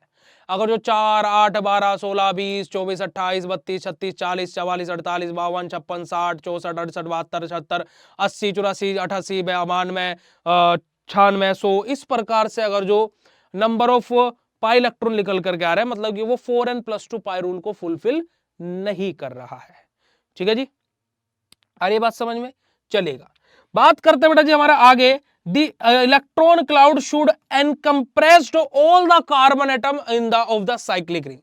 अब जितने भी नंबर ऑफ पाई इलेक्ट्रॉन्स होने चाहिए वो साइक्लिक रिंग में ही कंप्रेस्ड होने चाहिए। तो ये 4 नियम हमारे हक्कल सर ने दिए। पहला फ्लैट और प्लेनर, दूसरा above and below the plane, तीसरा 4n+2 पाई रूल, और चौथा बेटा जी हमारा इनकंप्रेस्ड इन द रिंग।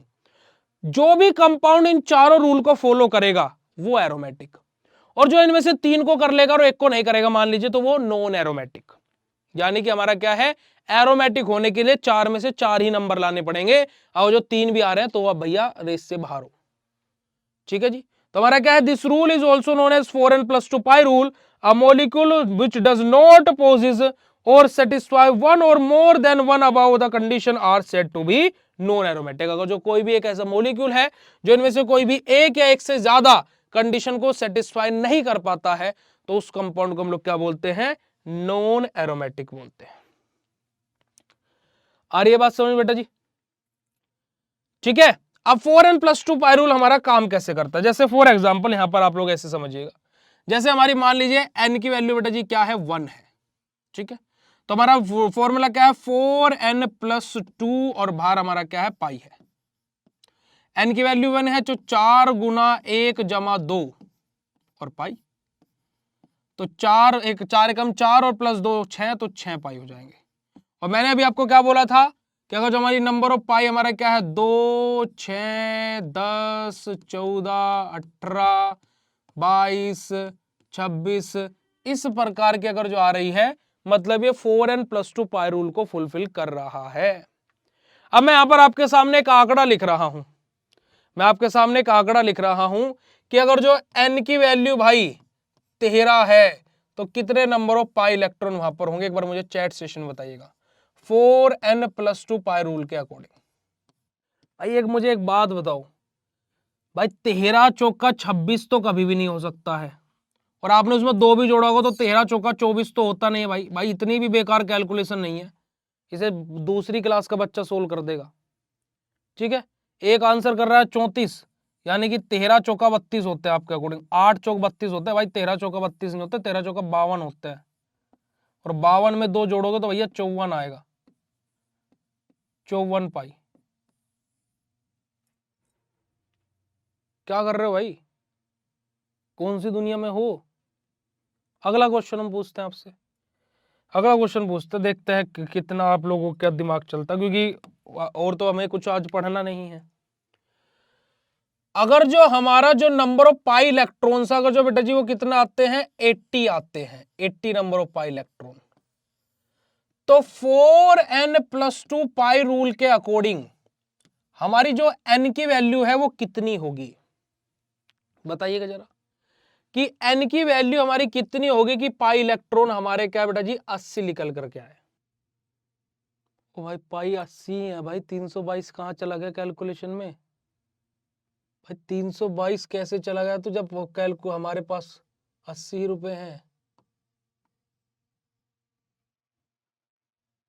मतलब कि सिंपल सी बात। एक हो रहा है 19.5 वाला, वाह। सिंपल सी कैलकुलेशन को भी पॉइंट में ले जा रहा है, वाह शाबाश बेटा, वेरी गुड, बहुत अच्छे।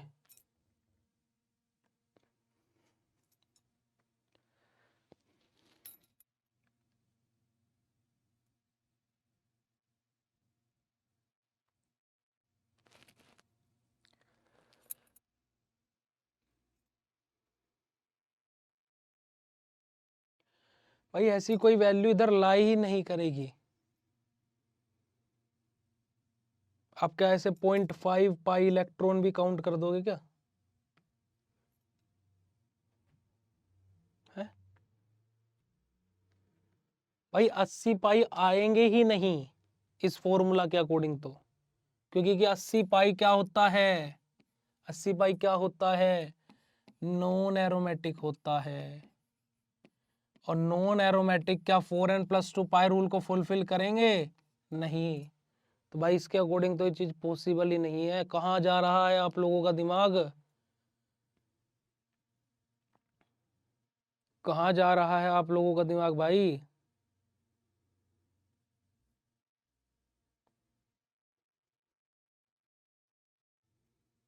भाई आप लोग 19 आंसर बोल रहे हो, नोट चौक कितना होता है? 76 होता है। 76 जमा 2 करोगे तो 78 बैठेगा, 78।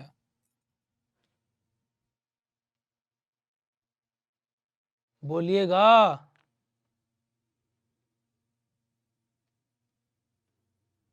यही तो चीजें हैं बेटा जी, हम लोग गलतियां खुद कर देते हैं और मत दूसरों पर डाल देते हैं कि हो नहीं रहा है ना? भाई आधे बॉन्ड भी होते हैं क्या कहीं? भाई मैंने नहीं पढ़ा कि हाफ बॉन्ड, सॉरी हाफ पाई, मैंने तो नहीं पढ़ा भाई। 322 वाला नहीं रोक रहा भाई साहब हमसे तो। अखिलेश जी हमारा आपसे पर्सन है बेटा, 322 आप किस लॉजिक से बता रहे हो? प्लीज हमें एक्सप्लेन कीजिएगा। प्यारे बच्चों अभी कोई कमेंट नहीं करेगा। अखिलेश जी आप किस कैलकुलेशन से 322 लिख रहे हो? एक बार या तो आप अपनी कैलकुलेशन की फोटो मुझे व्हाट्सअप कर दो, क्योंकि आपके कैलकुलेशन का मुजस्सिमा हम जरूर देखना चाहेंगे। ठीक है, आप किस कैलकुलेशन को कर रहे हो उस मुजस्सिमा को हम जरूर देखना चाहेंगे। दिली ख्वाहिश हो गई अब हमारी, एक सपना है मेरा कि तेरी कैलकुलेशन में देख करके जावा। चलो 19, 19.5, 20, 22, 18, 17, सब सब मेरा मन झेल गया, सब मेरा मन झेल गया। मेरा दिल बोल रहा कोई बात नहीं, बच्चे कोशिश कर रहे हैं। पर 322 कहां से आया ये? कहां से आया ये आंकड़ा?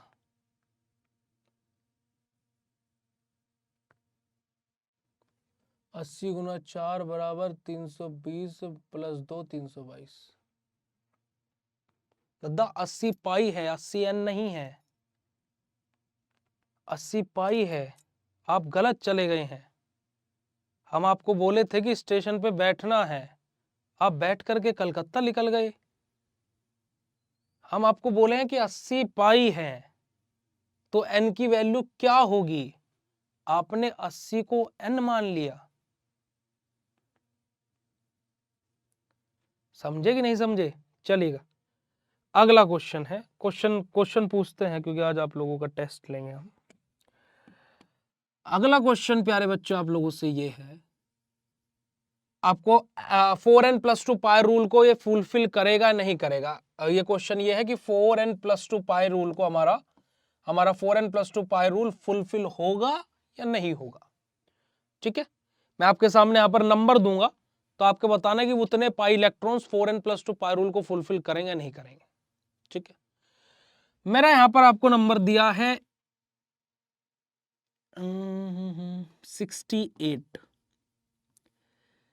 क्या 68 4n+2 पाई रूल को फुलफिल करेगा? यस और no, write down in chat session फटाक से। क्या 68 पाई, अगर जो मुझे कहीं पर 68 पाई मिले किसी स्ट्रक्चर में, क्या वो 4n+2 पाई रूल को फुलफिल करेंगे? आपको यस और नो में आंसर करना है। आप लोगों को खाली आंसर यस और नो में करना है।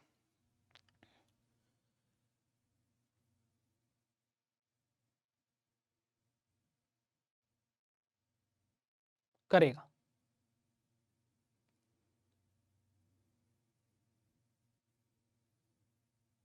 Yes yes yes.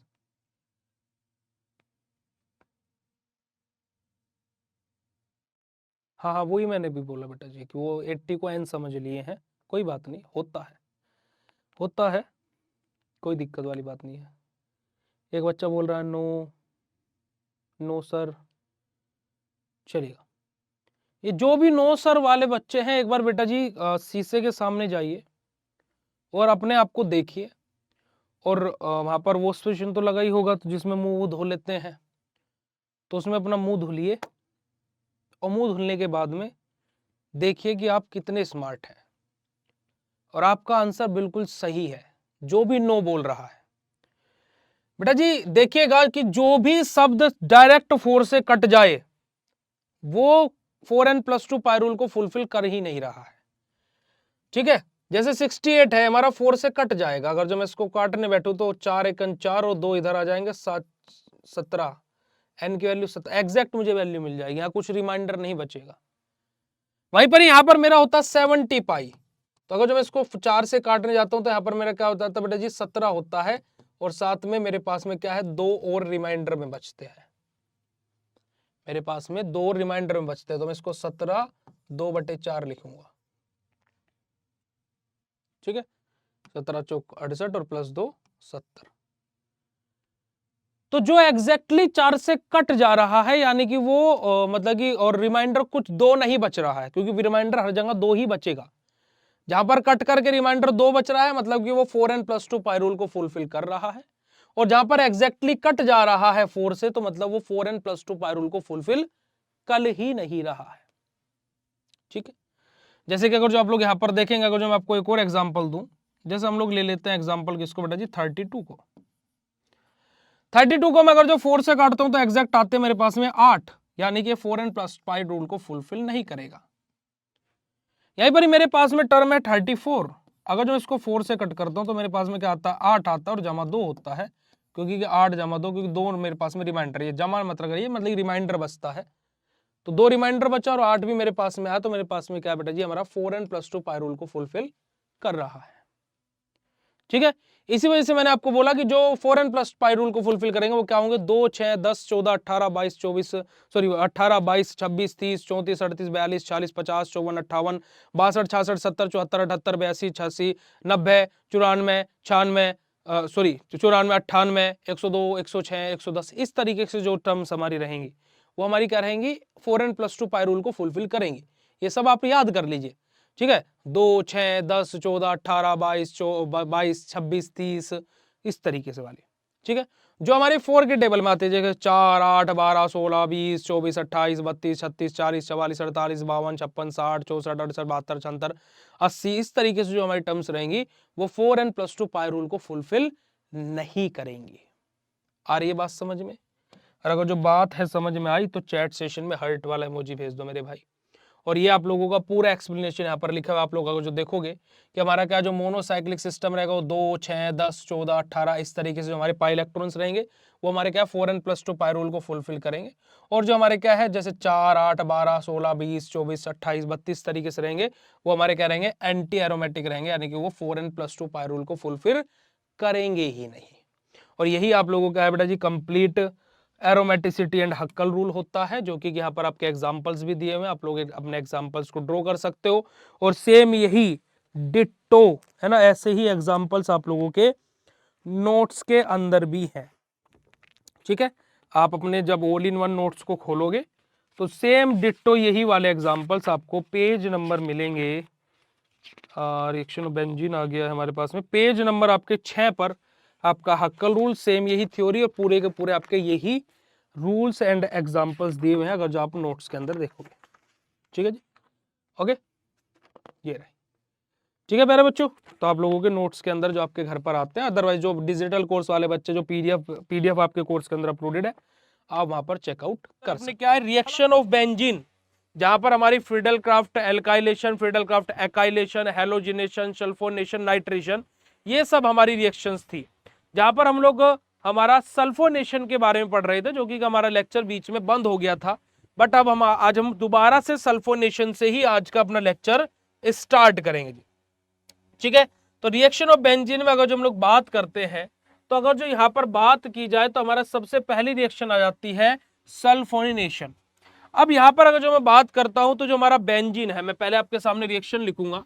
जो हमारा बेंजीन है, ये बेंजीन हमारा रिएक्ट करता है सल्फ्यूरिक एसिड के साथ में, यानी कि H2SO4 के साथ में, in the presence of dilute sulphuric acid, यानी कि डाइल्यूट H2SO4 की प्रेजेंस में, जहां से हमारा क्या होता है, बेंजीन सल्फोनिक एसिड यानी कि C6H5SO3H हमारा फॉर्म होता है और वाटर मॉलिक्यूल्स यहां से रिमूव आउट हो जाते हैं।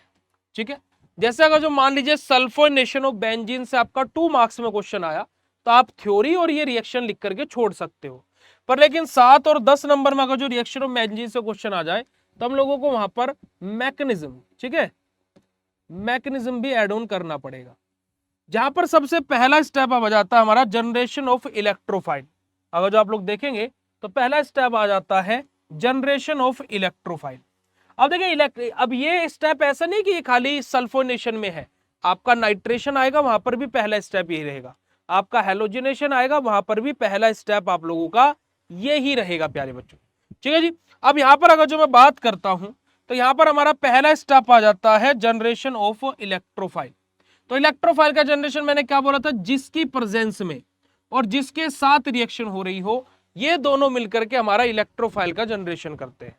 तो यानी कि क्या होगा, हमारा स्टेप नंबर 1 जो हमारा रहेगा, स्टेप नंबर 1 जो हमारा रहेगा वो क्या रहेगा प्यारे बच्चों, हमारा H2SO4 जो है, H2SO4 जो है वो किसके साथ में, H2SO4 के साथ में ही रिएक्शन करेगा, और जहां से हमारा क्या बनेगा बेटा जी, जहां से हमारा क्या बनेगा, SO3 हमारा यहां से रिमूव आउट हो जाएगा, और मान लीजिए हमारा इस SO3 यहां से निकला, तो यहां पर एक ऑक्सीजन बचा है, 2 हाइड्रोजन बचे हैं, एक हाइड्रोजन यहां से टूट करके यहां पर आएगा, तो एक 3 हाइड्रोजन होगा, H3O पॉजिटिव बचेगा और HSO4 नेगेटिव बचेगा। ये हमारा हो गया इलेक्ट्रोफाइल का जनरेशन। सेकेंड स्टेप में हमारा आ जाता है कार्बोकैटायन इंटरमीडिएट का फॉर्मेशन। हमारा सेकेंड स्टेप हमारा क्या जाता है, कार्बोकैटायन इंटरमीडिएट का बनना। अगर जो आप यहां पर देखेंगे तो सेकेंड स्टेप हमारा क्या होता है, फॉर्मेशन ऑफ कार्बोकैटायन इंटरमीडिएट। अब कार्बोकैटायन इंटरमीडिएट बनाने के लिए हमारा क्या होगा, जो हमारा SO3 यानी कि सल्फर ट्राइऑक्साइड बना था, वो बेसिकली बेंजीन के ऊपर अटैक करेगा। यानी कि यहां पर हमारी क्या कंडीशन बनेगी कि जो हमारा ये सल्फर ट्राइऑक्साइड है और जो ये बेंजीन है, ये आपस में रिएक्शन करेंगे। ये क्या करेंगे बेटा जी, हमारे आपस में रिएक्शन करेंगे। ठीक है, अब जब ये आपस में रिएक्शन करेंगे तो यहां पर कार्बोकैटायन इंटरमीडिएट कहां पर फॉर्म होगा, in the centre of benzene. यानी कि हमारा यहां पर क्या होगा, इसी स्टेप में ये SO3 तो इस पोजीशन पर अटैच हो रहा होगा, और मैंने आपको क्या बोला था कि बेंजीन के जिस भी कार्बन से जाकर के कोई भी सब्सटेंस आकर के अटैच हो रहा है, यानी कि वहां से हाइड्रोजन डिसअटैच होगा, यानी कि वहां से हाइड्रोजन निकलेगा। यानी कि हमारा क्या होगा, यहां पर इसी स्टेप में क्या होता हुआ दिखाई देगा हम लोगों को, हमारा कार्बोकैटायन इंटरमीडिएट हमें बना हुआ दिखाई देगा। साथ ही साथ हमारा यहां से जो हाइड्रोजन है वो हमारा यहां से निकलता हुआ रहेगा, और जो SO3 है ये हमारा यहां पर बॉन्ड बनाता रहेगा, ये हमारा बॉन्ड यहां पर मेकिंग करता रहेगा। तो हमारा क्या होगा, कार्बोकैटायन इंटरमीडिएट का फॉर्मेशन हो जाएगा जी। समझ में आई बात या नहीं आई, यस और no, write down in chat फटाक से, समझ में आ गई बात। तो यहां अगर जो मैं देखूं तो भाई ये क्या है कि ये हमारा क्या है बेटा जी, नेगेटिव, ये पॉजिटिव चार्ज रहेगा इस पर, और इस पर हमारा क्या रहेगा, नेगेटिवली चार्ज रहेगा।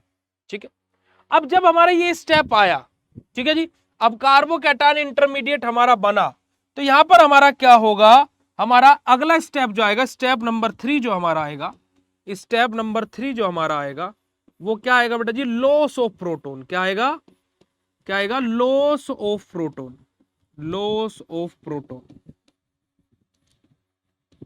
यानी कि हमें इस H पॉजिटिव का लॉस होगा, नुकसान होगा, H पॉजिटिव यहां से बाहर निकल जाएगा। तो लॉस ऑफ प्रोटॉन के केस में अगर जो हम बात करते हैं तो देखो SO3 तो हमारा रिएक्शन में जा चुका है।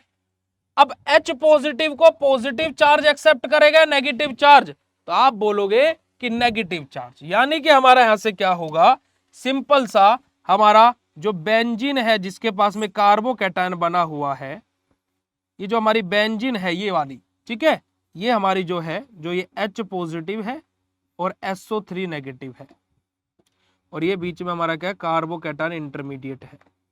ये किसके साथ में रिएक्शन करेगा बेटा जी, HSO4 नेगेटिव के साथ में, HSO4 नेगेटिव के साथ में। यहां से हमारा क्या बनेगा, ये H जो पॉजिटिव है ये इसके साथ में मिल जाएगा और ये क्या बना लेगा बेटा जी, H2SO4 का फॉर्मेशन कर लेगा। ठीक है जी।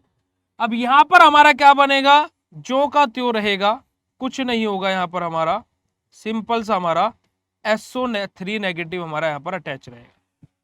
तीसरा स्टेप हो गया बेटा जी क्या, लॉस ऑफ प्रोटॉन। चौथा स्टेप होगा gain of proton. Step number 4 जो हमारा आएगा वो क्या आएगा बेटा जी, gain of proton, gain of proton. अब गेन ऑफ प्रोटॉन का क्या मतलब है जी, अब देखो ये भी रिएक्शन में जा चुका है और ये भी, ये बचा हुआ है और ये हमारा है ही, तो हमारा क्या रहेगा, देखिएगा जरा, जो हमारा ये बना हुआ है प्यारे बच्चों SO3 नेगेटिव, ये हमारा किसके साथ में, H3O पॉजिटिव के साथ में रिएक्शन करेगा। अब इसका एक H पॉजिटिव यहां जाकर के मिल जाएगा तो ये क्या बना देगा बेटा जी, जरा अगर जो आपको रिएक्शन याद आ रही हो, ये बेंजीन सल्फोनिक एसिड बन गया क्या, और यहां पर क्या बचेगा, H2O बचेगा, जो कि हमारा ज्यों का त्यों बाहर आ जाएगा H2O। और अगर जो आप देखोगे तो स्टार्टिंग प्रोडक्ट यही था और एंडिंग प्रोडक्ट हमारा यही है, और यही हमारा क्या होता है, सल्फोनेशन ऑफ बेंजीन होता है। अगर जो बात क्लियर हो गई तो फटाक से चैट सेशन में कंफर्म कर दीजिएगा, फिर हम लोग मूव करेंगे नाइट्रेशन की तरफ। Right down in chat session बेटा जी, फटाक से जल्दी से चैट सेशन में कंफर्म कर दीजिए बेटा जी। क्लियर है प्यारे बच्चों बात, चलेगा। अब अगली रिएक्शन की तरफ मूव करते हैं और नेक्स्ट रिएक्शन हमारी क्या आ जाती है, नाइट्रेशन आ जाती है।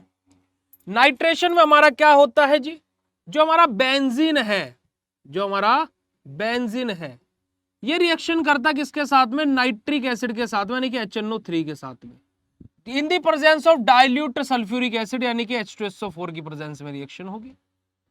और यहां से हमारा बनेगा क्या, देखो ये NO2 यहां से टूटेगा और यहां जाकर के अटैच हो जाएगा, तो यहां पर क्या होगा बेटा जी, हमारा नाइट्रोबेंजीन बन गया, नाइट्रोबेंजीन, और यहां का एक हाइड्रोजन और एक हाइड्रोजन, दो हाइड्रोजन और एक ऑक्सीजन मिलकर के H2O का फॉर्मेशन कर ले। रिएक्शन तो हमारी ये होती है जी, ठीक है, रिएक्शन तो हमारी ये होती है जी, ठीक है, रिएक्शन तो हमारी ये होती है जी। अब उसी के साथ साथ हम लोग बात करते हैं मैकेनिज्म के बारे में। मैकेनिज्म हमारा क्या बोलता है, मैकेनिज्म में हमारा पहला स्टेप क्या रहेगा प्यारे बच्चों, जल्दी बताना। स्टेप नंबर 1 में हमारा क्या था, जनरेशन ऑफ इलेक्ट्रोफाइल। या इलेक्ट्रोफाइल किस किस के रिएक्शन से बनता है, जिसकी प्रेजेंस में रिएक्शन हो रही हो और जिसके साथ रिएक्शन हो रही हो। अब यहां पर इलेक्ट्रोफाइल हमारा 2 स्टेप में बनेगा जी, कैसे देखिएगा, देखिएगा जो हमारा H2SO4 है, जब हम इसको हीट करेंगे तो हमारा किस में टूटेगा, ये H पॉजिटिव में टूटेगा और HSO4 नेगेटिव में टूटेगा। ठीक है, हमने ऐसा क्यों किया, क्योंकि हमें इस H पॉजिटिव की आवश्यकता है। कैसे, जो हमारे HNO3 है, ये जो H पॉजिटिव है ये किसके पास में जाएगा, हमारा HNO3 के पास में जाएगा, जहां से हमारा क्या बनेगा बेटा जी, यहां से हमारा बनेगा H2O, यानी कि वाटर मॉलिक्यूल्स बाहर आ जाएंगे और NO2 हमारा बनेगा, क्या बनेगा, NO2 और H2O। ठीक है जी, जनरेशन ऑफ इलेक्ट्रोफाइल हो गया। चलिए दूसरा स्टेप हमारा क्या था मेरे बच्चों को, जो आप लोगों को याद होगा, स्टेप नंबर 2 था हमारा formation of carbocation intermediate. Carbocation कैसे बनेगा? जो हमारा बेंजीन है, जो हमारा बेंजीन है उसके ऊपर हमारा ये अटैक करेगा NO2, NO2 अटैक करेगा। जब NO2 बेंजीन के ऊपर अटैक कर रहा है तो यहां से हमारा क्या होगा? At the centre of the हमारा क्या होगा बेटा जी? कार्बोकैटायन हम लोग रिप्रेजेंट करेंगे, क्योंकि हमारा क्या है? H पॉजिटिव अभी निकला नहीं है और NO2 नेगेटिव हमारा आकर के जुड़ने लग रहा है। ठीक है जी, ये हमारा होगा। ठीक है, हमारा NO2 आकर के, माफ कीजिएगा, NO2 नेगेटिव हमारा आकर के जुड़ रहा है। अब बात करते हैं तीसरा स्टेप। स्टेप नंबर 3 हमारा क्या था? स्टेप नंबर 3 था हमारा लॉस ऑफ प्रोटोन। क्या था? Loss of proton. अब लॉस ऑफ प्रोटोन कैसे होगा भाई? देखो ये है हमारा, ये तो ऐसा का ऐसा ही रहेगा। और बात की जाए तो भाई देखो ये H पॉजिटिव तो रिएक्शन में यूज हो चुका है, जा चुका है। वाटर तो पूरा बना हुआ है तो उसका उपयोग हम करेंगे नहीं। NO2 रिएक्शन में आ चुका है, बचा क्या? HSO4 नेगेटिव बचा, HSO4 नेगेटिव। यहां से बनेगा क्या भाई? देखो ये H पॉजिटिव इसके साथ चला जाएगा और यहां से हमारा जो रिजल्टिंग प्रोडक्ट बन के आएगा वो क्या आएगा? NO2 और हमारा क्या है? H2SO4 जो का त्यो बाहर आ गया। अब अगर जो आप ये लोग यहां पर एक बात देखोगे कि हमारा नाइट्रोबेंजीन बन गया, वाटर मॉलिक्यूल बन गया, यही हमारा बनना था। और एक और बात ऑब्जर्व करने वाली है। क्या बात ऑब्जर्व करने वाली है जी? ऑब्जर्व करने वाली बात यह है कि जिसकी प्रेजेंस में रिएक्शन होती है ना, जिसकी प्रेजेंस में रिएक्शन होती है वो रिएक्शन से बाहर वैसा का वैसा ही आ जाता है।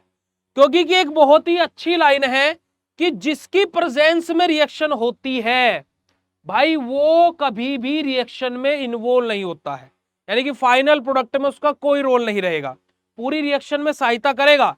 जैसे आप इसको, जिसकी प्रेजेंस में रिएक्शन होती है, आप इसको ऐसे समझिए कि ये वो रिश्तेदार है जिसने रिश्ता कराया है ना, लड़की वालों को भी देखा, लड़के वालों को भी देखा, पर जब फाइनल प्रोडक्ट यानी कि जब फेरे लेने की बारी आई तो भाई अब ये नहीं बोल सकता कि मैं भी फेरे लूंगा तुम्हारे साथ में, ऐसा कहीं थोड़ा ना होता है। तो वही चीज है कि जिसकी प्रेजेंस में रिएक्शन होती है वो ज्यों का त्यों बाहर आ जाता है। प्यारे बच्चों क्लियर है जी बात? यही हमारा क्या बेटा जी? हमारा नाइट्रेशन होता है। नाइट्रेशन के बाद में हमारी नेक्स्ट रिएक्शन आ जाती है हैलोजिनेशन। नेक्स्ट रिएक्शन हमारी क्या आती है? Reaction number 3 halogenation. अब हैलोजिनेशन रिएक्शन में हमारा क्या होता है? बेंजीन के साथ में हमारे halogen molecules, halogen molecules like, halogen molecules हमारे like Cl, Br, I, F, ये सब हमारे रिएक्शन करते हैं। ठीक है जी, जैसे हम लोग यहां पर, मैं हैलोजन की जगह मैं ले लेता हूं Cl बेटा जी, Cl। किसकी प्रेजेंस में रिएक्शन होती है हमारी? ये रिएक्शन हमारी होती है इन द प्रेजेंस ऑफ FeCl3 की प्रेजेंस में। ठीक है, जहां से हमारा क्या बनता है? हमारा क्लोरोबेंजीन यानी कि हैलोजन सब्स्टिट्यूटेड बेंजीन रिंग हमें मिलती है, और साथ ही साथ हमारा क्या है? हाइड्रोजन हैलाइड यानी कि हमारा हाइड्रोजन क्लोराइड है, ब्रोमाइड है, फ्लोराइड है, ये हमारा रिमूव आउट हो जाता है। यही हमारा क्या होता है बेटा जी? सिंपल सा हमारा रिएक्शन होती है हैलोजिनेशन ऑफ बेंजीन की। अब यहां पर बात करते हैं भैया हैलोजिनेशन ऑफ बेंजीन, तो ठीक है, मैकेनिज्म बताओ, क्या बताओ? मैकेनिज्म बताओ।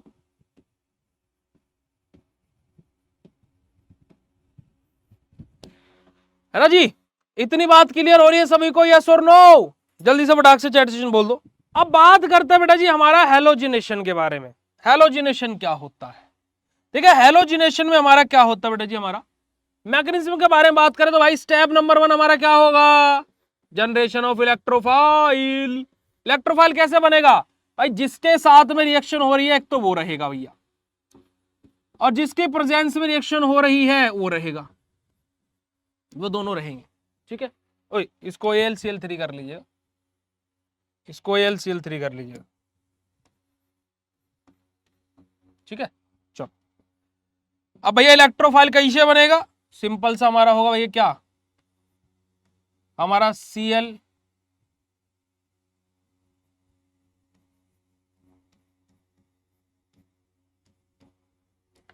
यहां पर पार्शियल पॉजिटिव आएगा और यहां पर पार्शियल नेगेटिव आएगा। ठीक है, चलो आगे बढ़ो। दूसरा स्टेप हमारा क्या था? Step number 2। स्टेप नंबर 2 ये हमारा क्या था? जनरेशन ऑफ कार्बोकैटायन इंटरमीडिएट, यानी कि जो बेंजीन है, जो हमारी बेंजीन रिंग है उसके साथ में हमारा क्या है, यही Cl पार्शियल नेगेटिव और AlCl4 partial positive, sorry partial negative इधर है, पॉजिटिव। ठीक है जी, यहां से हमारा क्या बनेगा, जरा अगर जो आप लोग देखोगे तो हमारा सिंपल सा क्या होगा जी, कार्बोकैटायन इंटरमीडिएट का फॉर्मेशन होगा और AlCl4 नेगेटिव यहां पर निकल जाए। ठीक है जी, चलिए अब यहां पर हमारा अगला स्टेप क्या आएगा, स्टेप नंबर 3। स्टेप नंबर 3 क्या बेटा जी, लॉस ऑफ प्रोटॉन। क्या बेटा जी, लॉस ऑफ प्रोटॉन। क्या होगा, जो हमारा ये है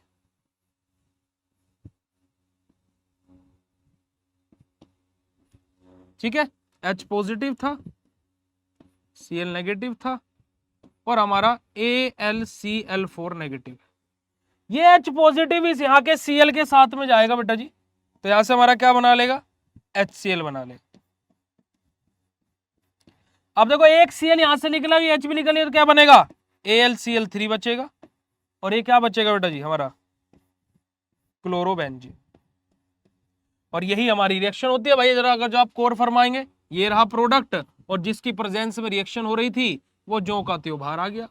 और यही हमने आपको सिखाया अभी कि जिसकी प्रेजेंस में होती है रिएक्शन वो ज्यों का त्यों बाहर आ जाता है। क्लियर है जी बात? अगर जो बात क्लियर हो तो फटाक से चैट सेशन में कंफर्म कर दीजिएगा। बात करते हैं फ्रीडल क्राफ्ट एल्काइलेशन रिएक्शन के बारे में। रिएक्शन नंबर 4 हमारी क्या है कि फ्रीडल क्राफ्ट एल्काइलेशन रिएक्शन, जहां पर बेंजीन जो है वो रिएक्शन करते हैं किसके साथ में बेटा जी, एल्काइल हैलाइड के साथ में, जैसे कि हमारा CH3Cl। In the presence of AlCl3 की प्रेजेंस में हमारी रिएक्शन होती है, जहां से हमारा क्या बनता है बेटा जी, एल्काइल सब्स्टिट्यूटेड बेंजीन, यानी कि जो एल्काइल ग्रुप है वो बेंजीन के साथ में जाकर के जुड़ जाता है और जो हमारा क्या है हैलोजन ग्रुप लगा है वो हमारा हाइड्रोजन के साथ में बाहर आ जाता है। बिल्कुल ditto same to same halogenation वाली रिएक्शन फॉलो करनी है। और आप मुझे बता दीजिएगा बस जहां पर हमारा CH3 लगा, जहां पर Cl लगा था वहां पर CH3 आ जाएगा। देखो जरा मैकेनिज्म के बारे में बात करते हैं।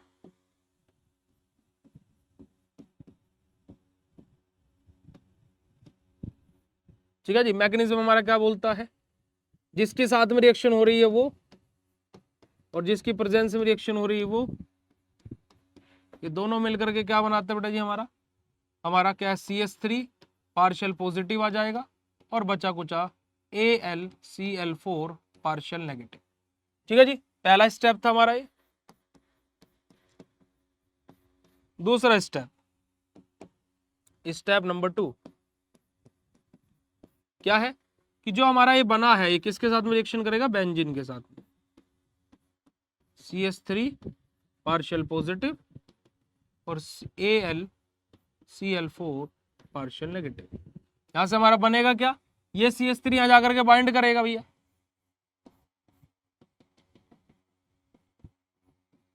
हाइड्रोजन और CH3 और हमारे यहां पर क्या जाएगा, AlCl4 नेगेटिव। स्टेप नंबर 3 हमारा क्या आएगा बेटा जी, loss of proton. Loss of proton, यहां से हमारा क्या होगा, जो हमारा बना हुआ है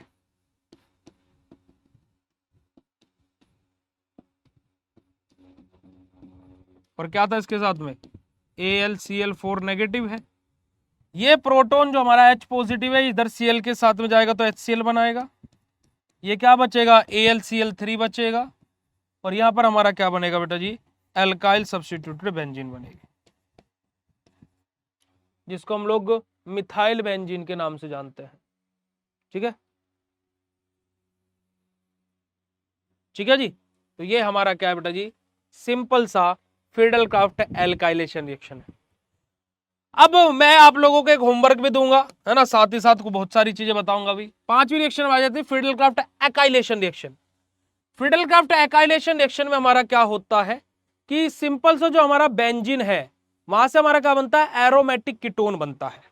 ठीक है, वहां पर हमारा क्या बनता है, एरोमेटिक कीटोन पर। लेकिन इतनी बात समझ में आ रही है सभी को भाई, फटाफट चैट सेशन में कंफर्म करेंगे, फटाफट चैट सेशन में कंफर्म कर देंगे भाई। अब पांचवी रिएक्शन जो हमारी है वहां पर फ्रीडल-क्राफ्ट एकाइलेशन रिएक्शन में हमारा क्या होता है, सिंपल से जो हमारी बेंजीन रिंग है, जो हमारी बेंजीन रिंग है वो किसके साथ में, CH3COCl के साथ में रिएक्शन करती है इन द प्रेजेंस ऑफ AlCl3, और जहां से हमारा क्या बनता है COCH3, यानी कि हमारा क्या है एरोमेटिक कीटोन बन गया हमारा ये, और ये Cl और यहाँ का H आकर के HCl बाहर आ जाता है। इसका जो मैकेनिज्म होगा जैसा एल्काइल हेलोजिनेशन का था और फ्रीडल-क्राफ्ट एल्काइलेशन का था, वैसा ही इसका भी मैकेनिज्म है, और इसके मैकेनिज्म के आप लोग खुद से प्रैक्टिस करेंगे। नहीं बनता है कोई दिक्कत वाली बात नहीं, आपके पुनीत भैया आपके लिए बैठे हुए हैं। तो यही आप लोगों को क्या बेटा जी पांचों रिएक्शन है जो आपके सिलेबस में दी हुई है और जो कि हमने आप लोगों के साथ में डिस्कस करी। तो पांचों की पांचों रिएक्शन अगर जो समझ में आ गई हो तो फटाक से चैट सेशन में कंफर्म कर दीजिएगा।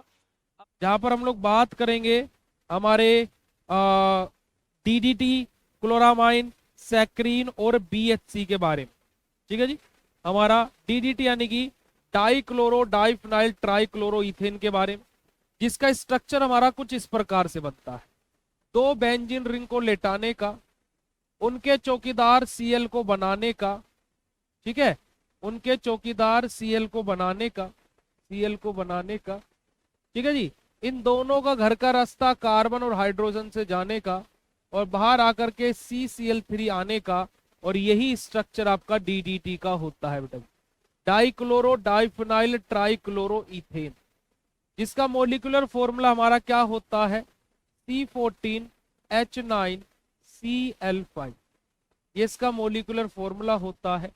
IUPAC नेम की बात की जाए DDT की तो 2,2-bis 4-क्लोरोफिनाइल 1,1,1 ट्राइक्लोरोइथेन, ये इसका IUPAC नेम होता है। ठीक है जी, बात की जाए प्रॉपर्टीज के बारे में तो DDT हमारा क्या होता है बेटा जी, कलरलेस, क्रिस्टलाइन, टेस्टलेस और ऑर्डरलेस हमारा ऑर्गेनो क्लोरीन हमारा होता है। यानी कि DDT हमारा क्या होता है, रंगहीन होता है, गंधहीन होता है और स्वादहीन होता है, यानी कि कलरलेस, ऑर्डरलेस और टेस्टलेस रहता है। बात की जाए हमारा हाईली हाइड्रोफोबिक रहता है, और अगर जो मैं बोलूं तो DDT लगभग ना के बराबर हमारा वाटर के अंदर सोल्यूबल होता है, यानी कि कंप्लीटली इनसोल्यूबल रहता है वाटर के अंदर। तो सोल्यूबल किसके अंदर होता है बेटा जी, हमारे non polar solvent like fat and oil. और बात की जाए DDT की तो ये हमारा नेचुरली नहीं बनता है बेटा जी, यानी कि हमें प्रकृति के द्वारा नहीं मिलता है, DDT को हम लोग लैब में ही सिंथेसाइज करते हैं। ठीक है जी, ये हमारी क्या है कुछ प्रॉपर्टीज है कि कलरलेस है, टेस्टलेस है, ऑर्डरलेस है, हाईली हाइड्रोफोबिक रहता है, यानी कि पानी में बिल्कुल भी नहीं घुलता है, हमारे नॉन पोलर सॉल्वेंट जैसे कि फैट और ऑयल उनके अंदर घुल जाता है, और हमारा नेचुरली अकरिंग नहीं होता है, हम इसकी लैब में ही सिंथेसिस करते हैं। ठीक है जी, अब अगर जो हम लोग बात करते हैं DDT के प्रॉपर्टीज के बाद में उसके यूजेस के बारे में, तो DDT हमारा क्या होता है बेटा जी, एक पावरफुल इंसेक्टिसाइड होता है। पावरफुल इंसेक्टिसाइड मतलब जो हमारे इंसेक्ट्स को किल करने के लिए काम आते हैं। दूसरी बात की जाए हमारा मस्क्यूटो को किल करने के लिए यूज किया जाता है, और खास करके हमारा एनाफिलिस मस्क्यूटो जो हमारा मलेरिया कोज करता है उसके केस में हमारा इसको स्पेशली यूज किया जाता है, किसको, DDT को। और DDT की बात की जाए तो हमारा बेटा क्या होता है, एक चीप इंसेक्टिसाइड होता है, यानी कि सस्ता इंसेक्टिसाइड होता है, यानी कि हमारा सस्ता क्या होता है बेटा जी, इंसेक्टिसाइड, यानी कि जो हमारे इंसेक्ट्स को किल करने के लिए यूज किया जा रहा हो। पर लेकिन यहाँ पर अगर जो मैं एक बात कोट करूं तो इंडिया के लोगों की, हम लोगों की ज्यादातर मेंटेलिटी क्या रहती है कि काम चलाने के लिए चीज मिल जाए, काम चलाने के लिए चीज मिल जाए, ठीक है जी, भले ही सस्ती क्यों ना हो, है ना, काम चलाऊ मिल जाए बस, चाहे हमारा उसमें, है ना बेटा जी। एक बात मैं आपको बोलूं, मैं कसम एक बात आपको बोलूं बेटा जी, अगर जो आप मेरे सामने होते ना, सच्ची में इस बात को लेकर के मैं आपको चांटे मार मार करके चीजें बताता। ठीक है, अभी ये लाइव क्लास जिस टाइम पर खत्म होगी ना बेटा जी, 90 मिनट के अंदर ये लाइव क्लास आपके कोर्स में ना आ जाए तो मुझे बता दीजिएगा, और अगर जो 90 मिनट भी लेट लगता है ना तुम्हें, तो भाई फिर दुनिया के तुम किसी ऐप पर आज तक ढंग में पढ़े ही नहीं हो। ठीक है, फिर तुम्हारी क्लासेस हम यूट्यूब के थ्रू चलाएंगे, यूट्यूब वाले पैनल के थ्रू, जहां ना तुम्हारी क्लास डाउनलोड होगी ना कुछ होगा, और वो फिर तुम्हारी हैंड टू हैंड अपलोड हो जाया करेगी। आ रही है बात समझ में? ठीक है, तो बोलने से पहले सोच लिया करो कि बोल क्या रहे हो। ठीक है, बोलने से पहले पहले सोच लिया करो कि बोल क्या रहे हो। और आप जैसे बुद्धिहीन को है ना, बोलने से पहले तो 10 नहीं 100 बार सोचना चाहिए कि मैं बोल क्या रहा हूं। 6 घंटे के टाइम पीरियड को, 6 से 7 घंटे के टाइम पीरियड को घटा करके 1.5 घंटे पर ले आए, और उसमें भी तुम्हें तमीज नहीं है कि तुम बोल रहे हो लेट लेक्चर अपलोड होता है। वाह जी वाह, वेरी गुड। ठीक है प्यारे बच्चों, तब हमारे इंडिया के अंदर क्या मेंटेलिटी है कि हमें सस्ता चीज मिल जाए, टिकाऊ हो या ना हो, हमारे पास होनी चाहिए। ठीक है, जैसे कि आज आप लोग देखोगे कि कार इंडस्ट्री सबसे ज्यादा फ्रॉड होता है यहाँ पर, पार्ट्स डुप्लीकेट डाल देना, है ना। हम सोचते हैं कि सस्ती कार मिल जाएगी, बहुत लोगों को अच्छी भी मिल जाती है, इसमें कोई दिक्कत वाली बात नहीं है, पर लेकिन सस्ते के चक्कर में है ना हमारे क्या लग जाते हैं, खस्ते लग जाते हैं। वही चीज इंडिया के अंदर हो रहा है। डीडीटी हमारा क्या बेटा जी, चीप इंसेक्टिसाइड यानी कि सस्ता इंसेक्टिसाइड है। पर अगर जो आप अभी डीडीटी के साइड इफेक्ट जानेंगे ना, तो आप बोलोगे यार ये तो बड़ा ही गलत चीज हो रही है। और बहुत सारी कंट्रीज में डीडीटी बैन है, बहुत सारी कंट्रीज में डीडीटी बैन है बेटा जी। ठीक है जी, तो यहां पर अगर जो हम बात करते हैं तो देखिएगा कि डीडीटी हमारा नॉन बायोडिग्रेडेबल होता है, और जो कि क्या करता है, it residues get accumulated in the environment and are toxic to human beings and mammals. ये एनवायरमेंट के साथ मिलकर के ह्यूमन बीइंग और मैमल दोनों के लिए, यानी कि इंसान तो इंसान, जानवरों के लिए भी हानिकारक होता है। और it is widely use due to the non availability of any other cheap insecticide. अब इसको लार्ज स्केल पर क्यों उपयोग किया जा रहा है, क्योंकि सस्ता कोई इंसेक्टिसाइड और है ही नहीं, और सस्ता कोई इंसेक्टिसाइड है ही नहीं। क्योंकि आप कभी सोच करके देखिए यार, जो सब्जी, जो टमाटर हमारा 20 रुपए किलो मिल रहा है ना, जो सब्जी हमारी इतनी ज्यादा महंगी हो गई है कि हम लोग घर पर लाते भी हैं तो सब्जी को 10 बार बोलते हैं बड़ी महंगी सब्जी हो गई। और एक जो कोई क्या बोलते हैं ठेले वाला है, फिर कोई भी है XYZ, जो आप लोगों को 10 रुपए में, है ना भाई, 10 रुपए में तो आपको नहीं पड़ेगा, अगर जो आप सही तरीके से चीजें बनाएंगे वो आप लोगों को 10 रुपए खिलाए, तो क्या वो क्वालिटी प्रोडक्ट होगा। बट हम लोग हमेशा क्या देखते हैं कि जो सस्ता प्राइस का है उसके पीछे भागते हैं, है ना। इसी वजह से आज भाई देखो, एक चीज मैं आपसे सिंपल सा क्वेश्चन पूछता हूं, मोमोज कहाँ का खाना है, चाउमीन कहाँ का खाना है, ये कहाँ का खाना है, चाइनीज लोगों का है। हम लोग तो मोमोज और चाउमीन डेली नहीं खाते, कभी कभी खाते, और फिर भी हमारी हेल्थ पर इफेक्ट हो जाता है। और चाइना वाले लोग तो लगभग डेली ही नूडल्स और मोमोज और इस तरीके की चीजें खाते हैं, पर उनको तो फिर भी कुछ नहीं होता है, जबकि उनकी स्ट्रेंथ और भी ज्यादा रहती है। ऐसा क्यों है, क्योंकि उनके बनाने का तरीका प्रोफेशनल है। वहां पर चीजें सस्ती नहीं कि सस्ता और खस्ता हो रहा है, वहां पर ऐसा नहीं हो रहा है कि मोमोज को भी डीप फ्राई कर दिया, है ना, तेल पता नहीं कैसा कैसा चल रहा है। तो हम लोग क्वालिटी के साथ में कॉम्प्रोमाइज कर जाते हैं, और चीप के चक्कर में नहीं, सस्ते के चक्कर में, है ना जी। तो यही चीज मैं इस वजह से आपको बोलता हूँ कि आप लोग सोचते हो कि भैया आपको कोर्स तो 1499 का है ना, बड़ा महंगा कोर्स है। मैं बोलता हूँ भाई 1499 तुम्हें महंगा लग रहा है 6 महीने के लिए।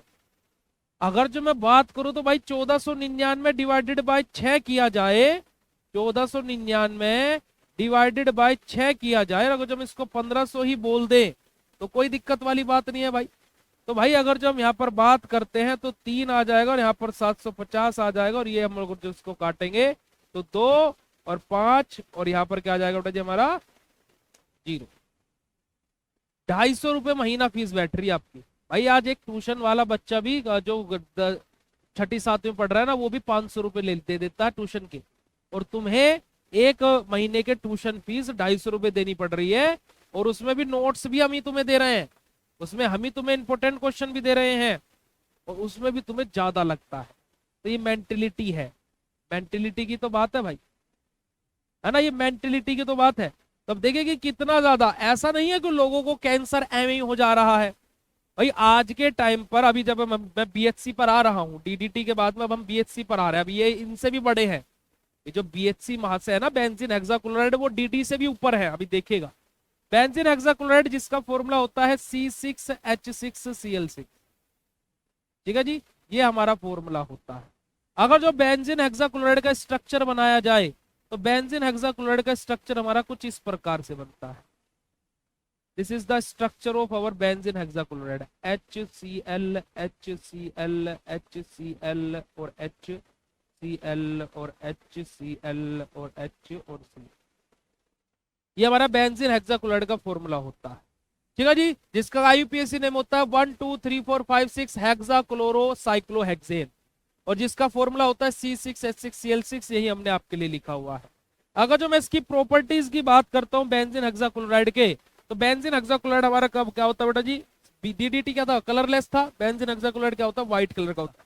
प्रॉपर्टीज के बारे में बात की जाए तो बेटा जी बेंजीन हेक्साक्लोराइड क्या है, हमारा व्हाइट कलर का होता है। और साथ ही साथ बात की जाए तो हमारा क्रिस्टलाइन सॉलिड रहता है, जो कि इसकी भी हमारी वाटर के अंदर सोल्युबिलिटी नहीं रहती है ना, और नो सोल्युबिलिटी इन वाटर, पर लेकिन हमारे अलग अलग ऑर्गेनिक सोलवेंट के अंदर हमारा घुलता है। जैसे कि मैं बात करूं तो जो हमारा बेंजीन हेक्साक्लोराइड है बेटा जी, ये सबसे ज्यादा किसके अंदर, हमारे जो हैलोजन सोलवेंट्स रहते हैं, है ना, हमारा देखिएगा it is most soluble in halogenated solvent. जो हमारे हैलोजिनेटेड सोलवेंट्स रहते हैं उनके अंदर ज्यादा सोल्यूबल रहता है। जैसे कि हमारा क्लोरोफोम CHCl3 आ जाएगा। ठीक है जी, अब इससे लेस सोल्यूबल है ना, इनसे लेस सोल्यूबल रहता है किसके अंदर बेटा जी, हमारे ईथर के अंदर, सॉरी एस्टर्स के अंदर, माफ कीजिएगा, एस्टर्स के अंदर और हाइड्रोकार्बन के अंदर। ठीक है, और इससे भी लेस सोल्यूबल रहता है किसके अंदर बेटा जी, हमारे शॉर्ट चेन एल्कोहल के अंदर। तो यानी कि सबसे ज्यादा सोल्यूबल वाटर के अंदर तो इनसोल्यूबल है, सबसे ज्यादा सोल्यूबल है हमारा हैलोजिनेटेड प्रोडक्ट जैसे कि हमारा क्लोरोफोम। उससे कम सोल्यूबल होते हैं हमारे एस्टर्स और हमारे हाइड्रोकार्बन, और उससे भी कम सोल्यूबल होते हैं हमारे शॉर्ट चेन एल्कोहल। प्रिपरेशन की बात करें तो भाई सिंपल सा है, बेंजीन हमारा 3 मॉलिक्यूल्स ऑफ Cl के साथ में रिएक्शन करता है Cl2 के साथ में in the presence of UV rays, जहां से हमारा क्या बनता है, बेंजीन हेक्साक्लोराइड बनता है। जहां से हमारा क्या बनता है, बेंजीन हेक्साक्लोराइड बनता है। ठीक है जी, ये हमारा मेथड ऑफ प्रिपरेशन हो जाता है। आगे मूव करते और आगे बात करते हैं, देखिएगा अब यूजेस के बारे में। जो हमारा जो हमारा डीडीटी था वो कैसे यूज होता है बेटा जी, एज एन इंसेक्टिसाइड। और जो हमारा बीएचसी है वो यूज होता है एज एन पेस्टिसाइड, यानी कि हमारे जो खेती बाड़ी में यूज करता है। अब देखिएगा अभी आप लोगों को ये पता लगेगा कि आप असलियत में बीमार क्यों पड़ते हैं। अभी आपकी आंखें खुलेंगी, और आंखें खुल जाए ना तो हाँ बोल देना चैट सेशन। ठीक है जी, तो देखिएगा it is use as an pesticide in agriculture. It has been used to treat food crops and forestry product as a seed treatment, a soil treatment and to the treat livestock and pets। हमारे क्या बात बोलेगी बेटा जी हमारी, कि basically जो benzene hexachloride है इसको हम लोग एज एन पेस्टिसाइड के तौर पर हमारे एग्रीकल्चर यानी कि खेती बाड़ी में यूज करते हैं। जो हम खाद वाद डालते हैं वहां पर हम इसका उपयोग करते हैं। और दूसरी चीज की क्यों किस चीज के लिए रिस्पॉन्सिबल रहता है, हमारी धरती को और उपजाऊ बना सके, जो हमारा फसल में हमने जो बीज डाला है वो अच्छे से अच्छा ग्रोथ कर सके। साथ ही साथ जो हमारा सोइल का ट्रीटमेंट होना है या फिर जो हमारे पेट्स है, इन सब चीजों के लिए हमारा क्या है, बेंजीन हेक्साक्लोराइड का उपयोग किया जाता है। It has also been use in the pharmaceutical treatment, जैसे कि हमारा जो स्क्रब करती है लड़कियां ज्यादातर करके, शैम्पू और लोशन का जो उपयोग करती हैं, वहां पर बेंजीन हेक्साक्लोराइड का उपयोग किया जाता है। परंतु यहाँ पर अगर जो मैं बात करूं तो भैया ये तो अच्छी बात है, चलो हमें पता लग गया कि शैम्पू के अंदर हमारा क्या होता है, हमारे लोशन के अंदर क्या होता है, स्क्रब के अंदर क्या होता है, पर इसके हार्मफुल साइड इफेक्ट क्या है। फिर साइड इफेक्ट के बारे में बात करते हैं। आपको एक वर्ड मैं यहां पर दिखाऊंगा, एक वर्ड मैं आपको बोलूंगा, कार्सियोजेनिक। जरा देखिएगा, it is an animal carcinogen and also conducted through the human carcinogen. अब इसका मतलब क्या है, यानी कि हमारे ऐसे प्रोडक्ट जो कैंसर कोज करें उनको हम क्या बोलते हैं, कार्सियोजेनिक बोलते हैं। जैसे फॉर एग्जांपल ये बोतल कैंसर कोज कर रही है, जैसे ये बोतल क्या कर रही है, कैंसर कोज कर रही है, तो मैं इसको क्या बोलूंगा, कार्सियोजेनिक बोलूंगा। और ऐसे हमारा बीएचसी है जो मैमल्स यानी कि जानवरों के अंदर भी और ह्यूमन बींग्स के अंदर भी कैंसर कोज कर रहा है। और कैसा कैंसर, छोटा मोटा कैंसर कोज करता है, देखिएगा जरा कैसा, लीवर का, किडनी का और थायराइड कैंसर करता है। ज्यादा कुछ इफेक्ट थोड़े ना करता है, लीवर करता है, थायराइड करता है और किडनी करता है। ठीक है, हम लोग क्या है, because it is use as a fungicide, it was found in all food type. कि हमारे फूड में, जैसे मेरा एक खाना है, मान लीजिए मेरा खाना है, इस खाने पर क्या ना लग जाए, फंगस ना लग जाए, फुई ना लग जाए, है ना, हो जाता है ना, रुई टाइप का आ जाता है, फंगाई ना लग जाए, उसके बचाने के लिए जो मैं इसके अंदर जो केमिकल डालूंगा कि जो इस पर ये फंगस ना लग जाए, वो मेरा क्या होगा बेटा जी, वो मेरा क्या होगा, बीएससी जैसे केमिकल्स होते हैं। और ये क्या करते हैं बेटा, कुछ नहीं करते हैं, इंक्रीज करते हैं लीवर, किडनी और थायराइड कैंसर को। ये ज्यादा बड़ी बात थोड़ी ना है यार, सस्ता मिल रहा है हमें वो चाहिए। सस्ती चीज अच्छी मैं ये नहीं बोल रहा कि हर एक सस्ती चीज बेकार है, नहीं भाई, जो आज ठेले पर खड़ा होकर के फूल बेच रहा है और गुलदस्ता दे रहा है वो अच्छा है ना।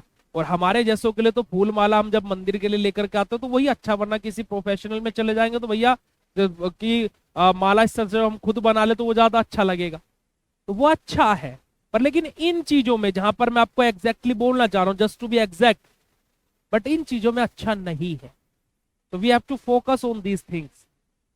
अब आप मुझे एक बात बताइएगा कि हमारे गांव, आज गांव के अगर जो लोगों को देखा जाए तो आज सबसे ज्यादा बीमार और सबसे ज्यादा मैं बोलूं तो क्या है, बीमारियां आज गांव में हो रही।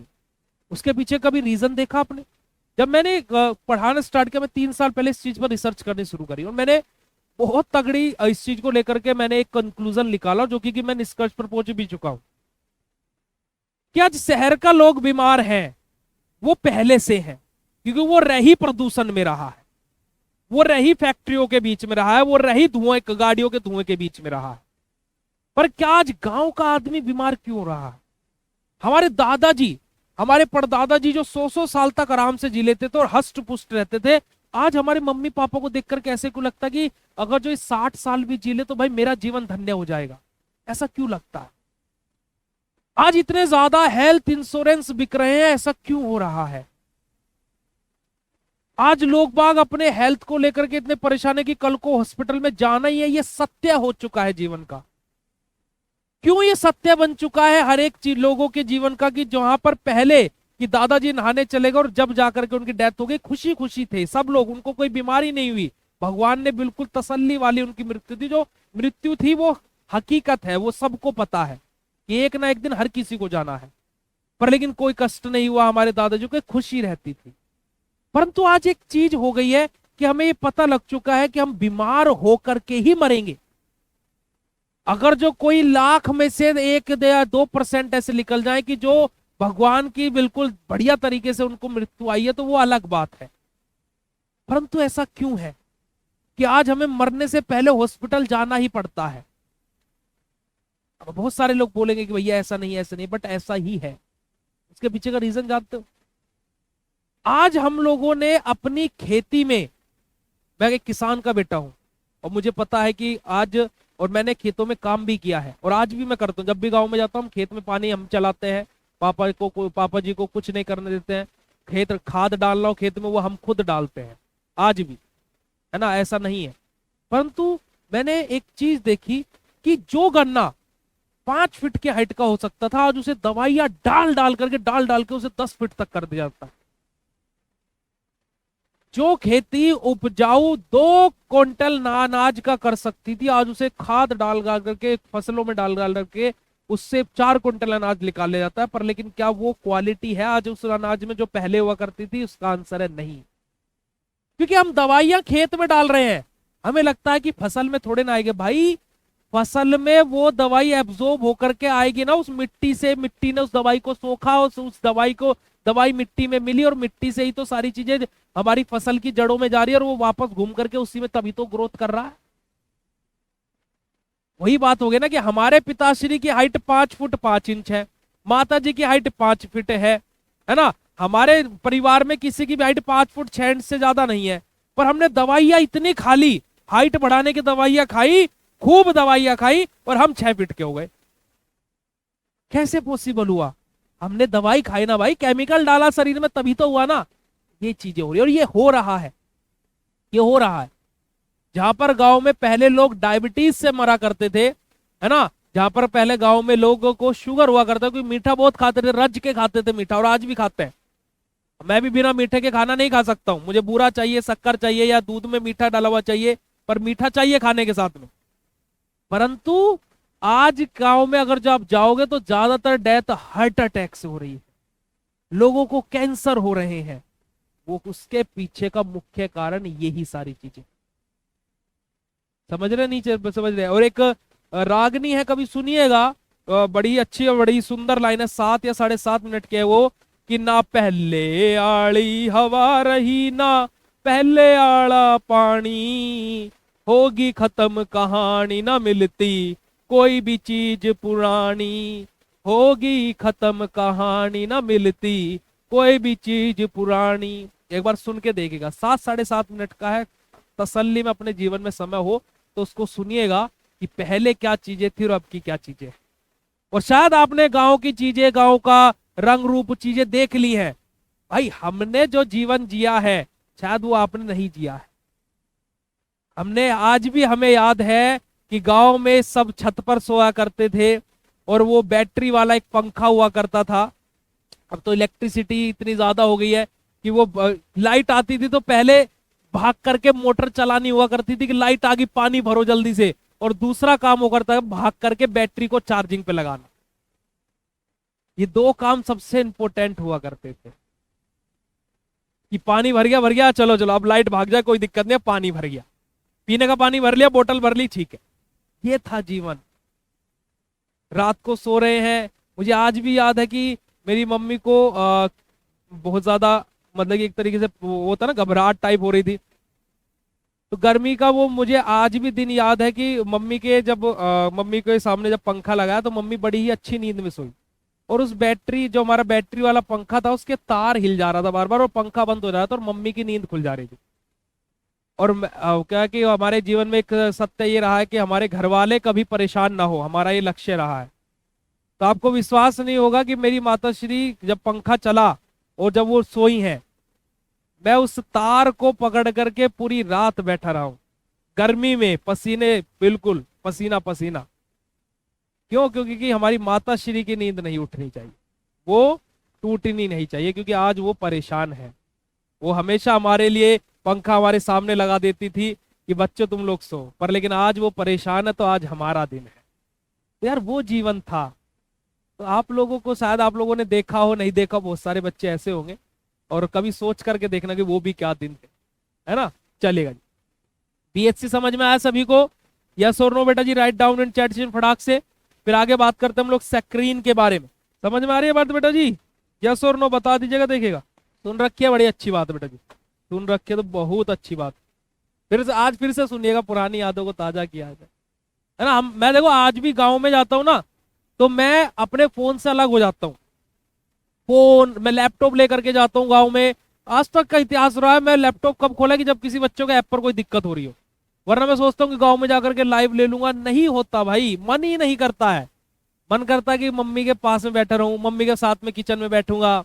मम्मी बोलेगी कि क्या बनाना होगा, और मम्मी के हाथ का, हमारी माताश्री माता का तो हाथ का हर कोई खाना अच्छा लगता है। परंतु मैं क्या बोलता हूँ उनसे कि यार अपने हाथ के नमक मिर्च वाले चावल, यानी कि जिनको हम नमकीन चावल, जो पीले वाले चावल होते हैं ना, जिसको तहरी भी बोलते हैं बहुत सारे लोग, कि वो बना दो। और वो क्या बोलती है कि ठीक है, जा आलू लेकर, 3 आलू लेकर के आ, 3 आलू भाग करके लेकर के आते हैं। चलो मैं मम्मी, मैं छील रहा हूँ, आप बाकी काम कर लो। आलू छीलते हैं हम उनके साथ बैठ करके, है ना, आलू काटते हैं। जो आज लोग बाग, देखो मेरे मन की ये बात है कि जो आज लोग बाग अपने पार्टनर के साथ में चीजें करने की सोचते हैं कि मैं उसके साथ में किचन में खड़ा होकर के साथ में खाना बनाऊं, बहुत अच्छी बात है। पर भाई अपनी माँ के साथ में भी करके देखो, एक अलग ही आनंद आएगा जीवन में, एक अलग ही रस भर जाएगा, है ना। जीवन में एक अलग ही उत्साह, अलग ही उमंग आ जाएगी। आज हमारे घर वाले बोलते हैं कि यार शादी कर ले तू, है ना। हमारी माता श्री अभी भी रात को कॉल करेगी कि क्या सोचा, वो 2-3 दिन बाद फिर कॉल करेंगे कि क्या सोचा, और मेरा एक ही जवाब रहता है कि भाई देखो हम नहीं करेंगे, सिंपल सी बात, ठीक है, मगर हम नहीं करेंगे, है ना। तो ये हमारा थॉट प्रोसेस है।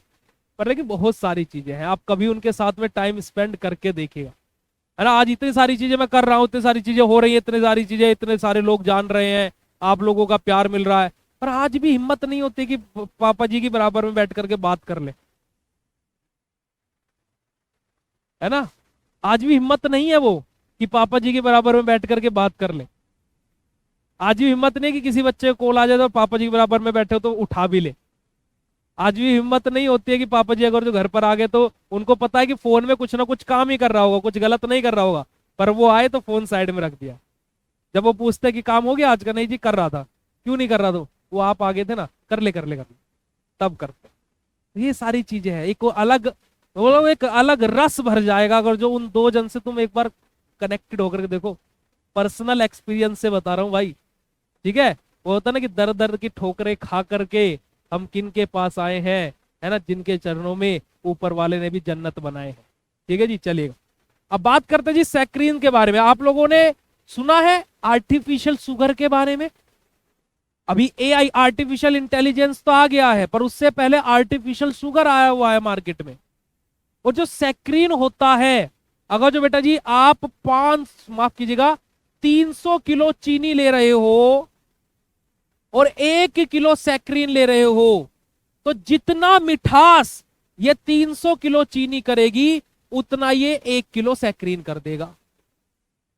और सैक्रीन के अंदर बात की जाए तो कोई न्यूट्रिएंट्स नहीं रहते, कोई मिनरल्स नहीं रहते। इनको लेने के बाद में अगर हम सैक्रीन ले भी रहे हैं तो हमारे ब्लड में ग्लूकोज लेवल कुछ बढ़ेगा ही नहीं, घटेगा ही नहीं। क्यों नहीं होगा? क्योंकि यहाँ पर कोई बस ये क्या है, मीठा हमारी जीभ को, बस जीभ को तो पता लगता है कि क्या मीठा है, क्या तीखा है, क्या है। जीभ को तो टेस्ट बड यही तो है। ईसोफेगस में टेस्ट बड है क्या? नहीं है भाई। गले से नीचे जो गया उसका कोई स्वाद नहीं बचा। ठीक है जी। अब क्या है कि बस हमारे मुंह को बताने के लिए कि भैया आपने कुछ मीठा खा लिया, मजा आ गया, मीठा खा लिया। आपने सुना होगा ना शुगर फ्री है, पर मीठा है फिर भी शुगर फ्री कैसे? वहां पर यही सब चीज यूज होती है। इनमें कोई इनकी कोई न्यूट्रिशन वैल्यू नहीं होती।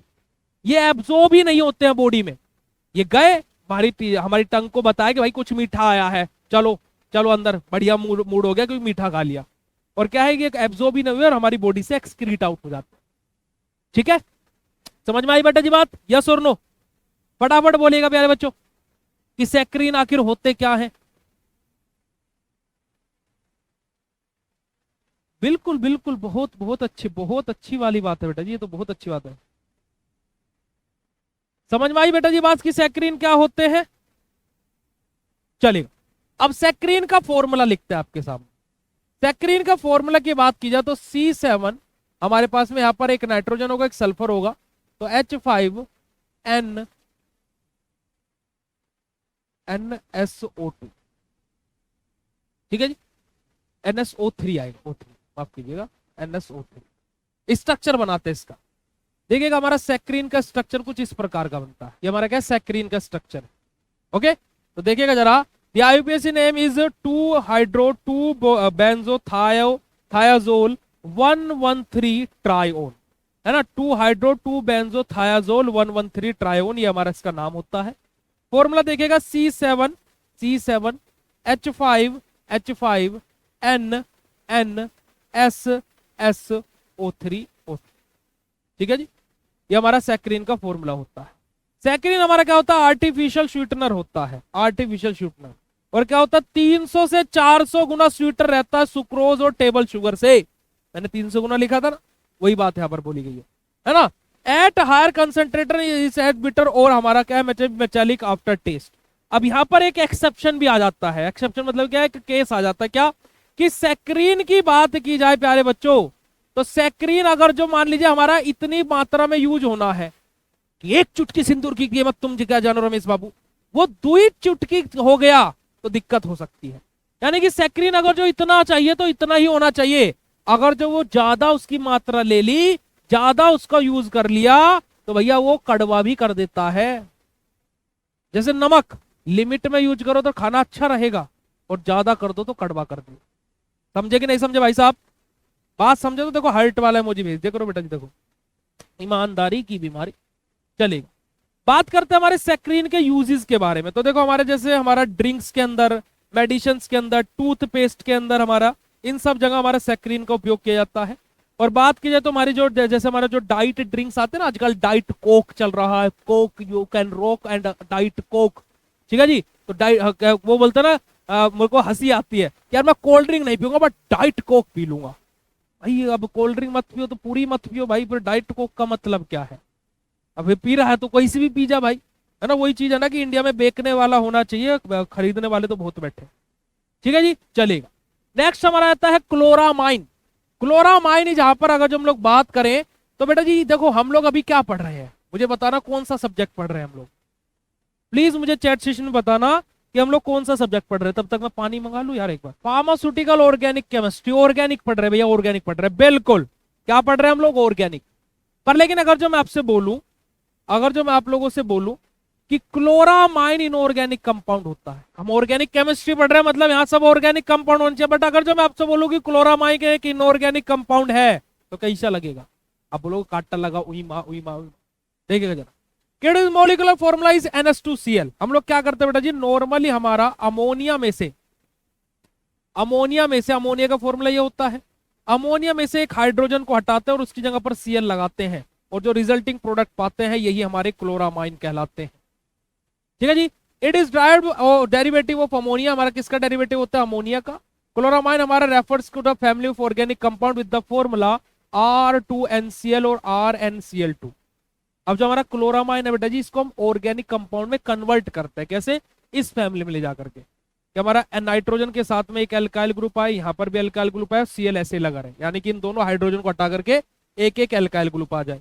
या फिर हमारा क्या हो जाए, इसी क्लोरामाइन में हमारा क्या हो जाए, हमारा नाइट्रोजन तो है ही, एक एल्काइल ग्रुप आ जाए और एक हाइड्रोजन की जगह Cl एक तो रहेगा, इसकी जगह एक Cl और आ जाए, और यहाँ पर हमारा एल्काइल ग्रुप आकर के अटैच हो जाए। तो अब जो ये रिजल्टिंग कंपाउंड्स हमारे बने हैं ये हमारे ऑर्गेनिक कंपाउंड होता है, और हम इनको यूज करते हैं। और ये क्या है? हमारे क्लोरामाइन के डेरिवेटिव से। क्लोरामाइन किसका डेरिवेटिव है? अमोनिया का। और ये किसके डेरिवेटिव है? क्लोरामाइन। ठीक है जी, चलिएगा। अब बात करते हैं प्यारे बच्चों क्लोरामाइन के अंदर हम लोग उसकी प्रॉपर्टीज के बारे में। तो हमारा क्या होता है देखिएगा जरा, अरे अभी बोला था ना भैया, इनऑर्गेनिक कंपाउंड होता है जिसका मोलिकुलर फॉर्मूला होता है NH2Cl, और it is unstable colourless liquid and it is melting point 66 degree Celsius. और अगर जो हम लोग बात करें तो हमारा handle as the dilute aqueous solution. और अगर जो मैं यहाँ पर बात करता हूँ, सोल्यूबल इन वाटर लिखा होगा कहीं, रीडली सोल्यूबल इन वाटर। हमने क्लोरामाइन पढ़ा, हमने बीएससी पढ़ा, सॉरी माफ कीजिएगा, हमने बीएससी पढ़ा, हमने क्या पढ़ा बेटा जी, हमारा DDT पढ़ा। वो ऑर्गेनिक कंपाउंड थे, पर क्या हुआ, वो वाटर सोल्यूबल नहीं थे। पर ये इनऑर्गेनिक कंपाउंड है, वाटर के अंदर सोल्यूबिलिटी दिखा रहा है, पर लेकिन लेस सोल्यूबल है किसके अंदर बेटा जी? क्लोरोफॉर्म कार्बन टेट्राक्लोराइड के अंदर। उल्टा हो गया ना, क्योंकि ये इनऑर्गेनिक कंपाउंड होता है। चलिएगा जी, बात करते हैं इसके यूजेस के बारे में। तो भाई हमारा कहां पर? स्विमिंग पूल्स के अंदर हाइपर क्लोराइड्स के तौर पर, हमारे स्विमिंग पूल्स के अंदर एज एन डिसइंफेक्टेंट तौर पर, जो आपने देखो ना ड्राम भर करके डाले जाते हैं स्विमिंग पूल में केमिकल्स, है ना, जहां पर आप जाते हो और बोलते हो स्विमिंग पूल में नहा के, है ना, हम थोड़ा सा नमकीन हो गए हैं, वो कैसे हो गए हैं? वो क्लोरामाइन डाला रहता है वहां पर। ठीक है जी। तो यहाँ पर आप लोगों को देखना हो, यहाँ पर एक वर्ड यूज होता है जो मैं हमेशा हर बच्चे से पूछता हूँ, हमेशा मैं उस चीज के बारे में पूछता हूँ। हाँ, ये बायोफॉलिंग वाटर सिस्टम क्या होता है, इसके बारे में आपको रिसर्च करके आना है। ठीक है जी। और यही आप लोगों का क्या है बेटा जी, कंप्लीट है structure and uses of DDT, chloramine, saccharin और आपका PHC। अब कैसा लगा आज का ये लेक्चर? फटाफट चैट सेशन में कंफर्म कर दीजिएगा विद योर ईमानदारी वाला फीडबैक, और उसके बाद में हम आज के सेशन को यहीं पर ही एंड करते हैं बेटा। तो इस सेशन को हम लोग यहीं पर ही एंड करते हैं भाई, और आप लोगों से मुलाकात करेंगे हम लोग कल, ठीक है, आप लोगों की इंजीनियरिंग की क्लास में। Thank you so much for joining this session. Bye bye everyone, good night all of you, love you बेटा जी, और अपनी तबियत का ध्यान रखिएगा, और स्टे हेल्दी और बी हैप्पी। ठीक है, चलेगा। थैंक यू सो मच, शुक्रिया, नमस्कार, जय हिंद प्यारे बच्चों।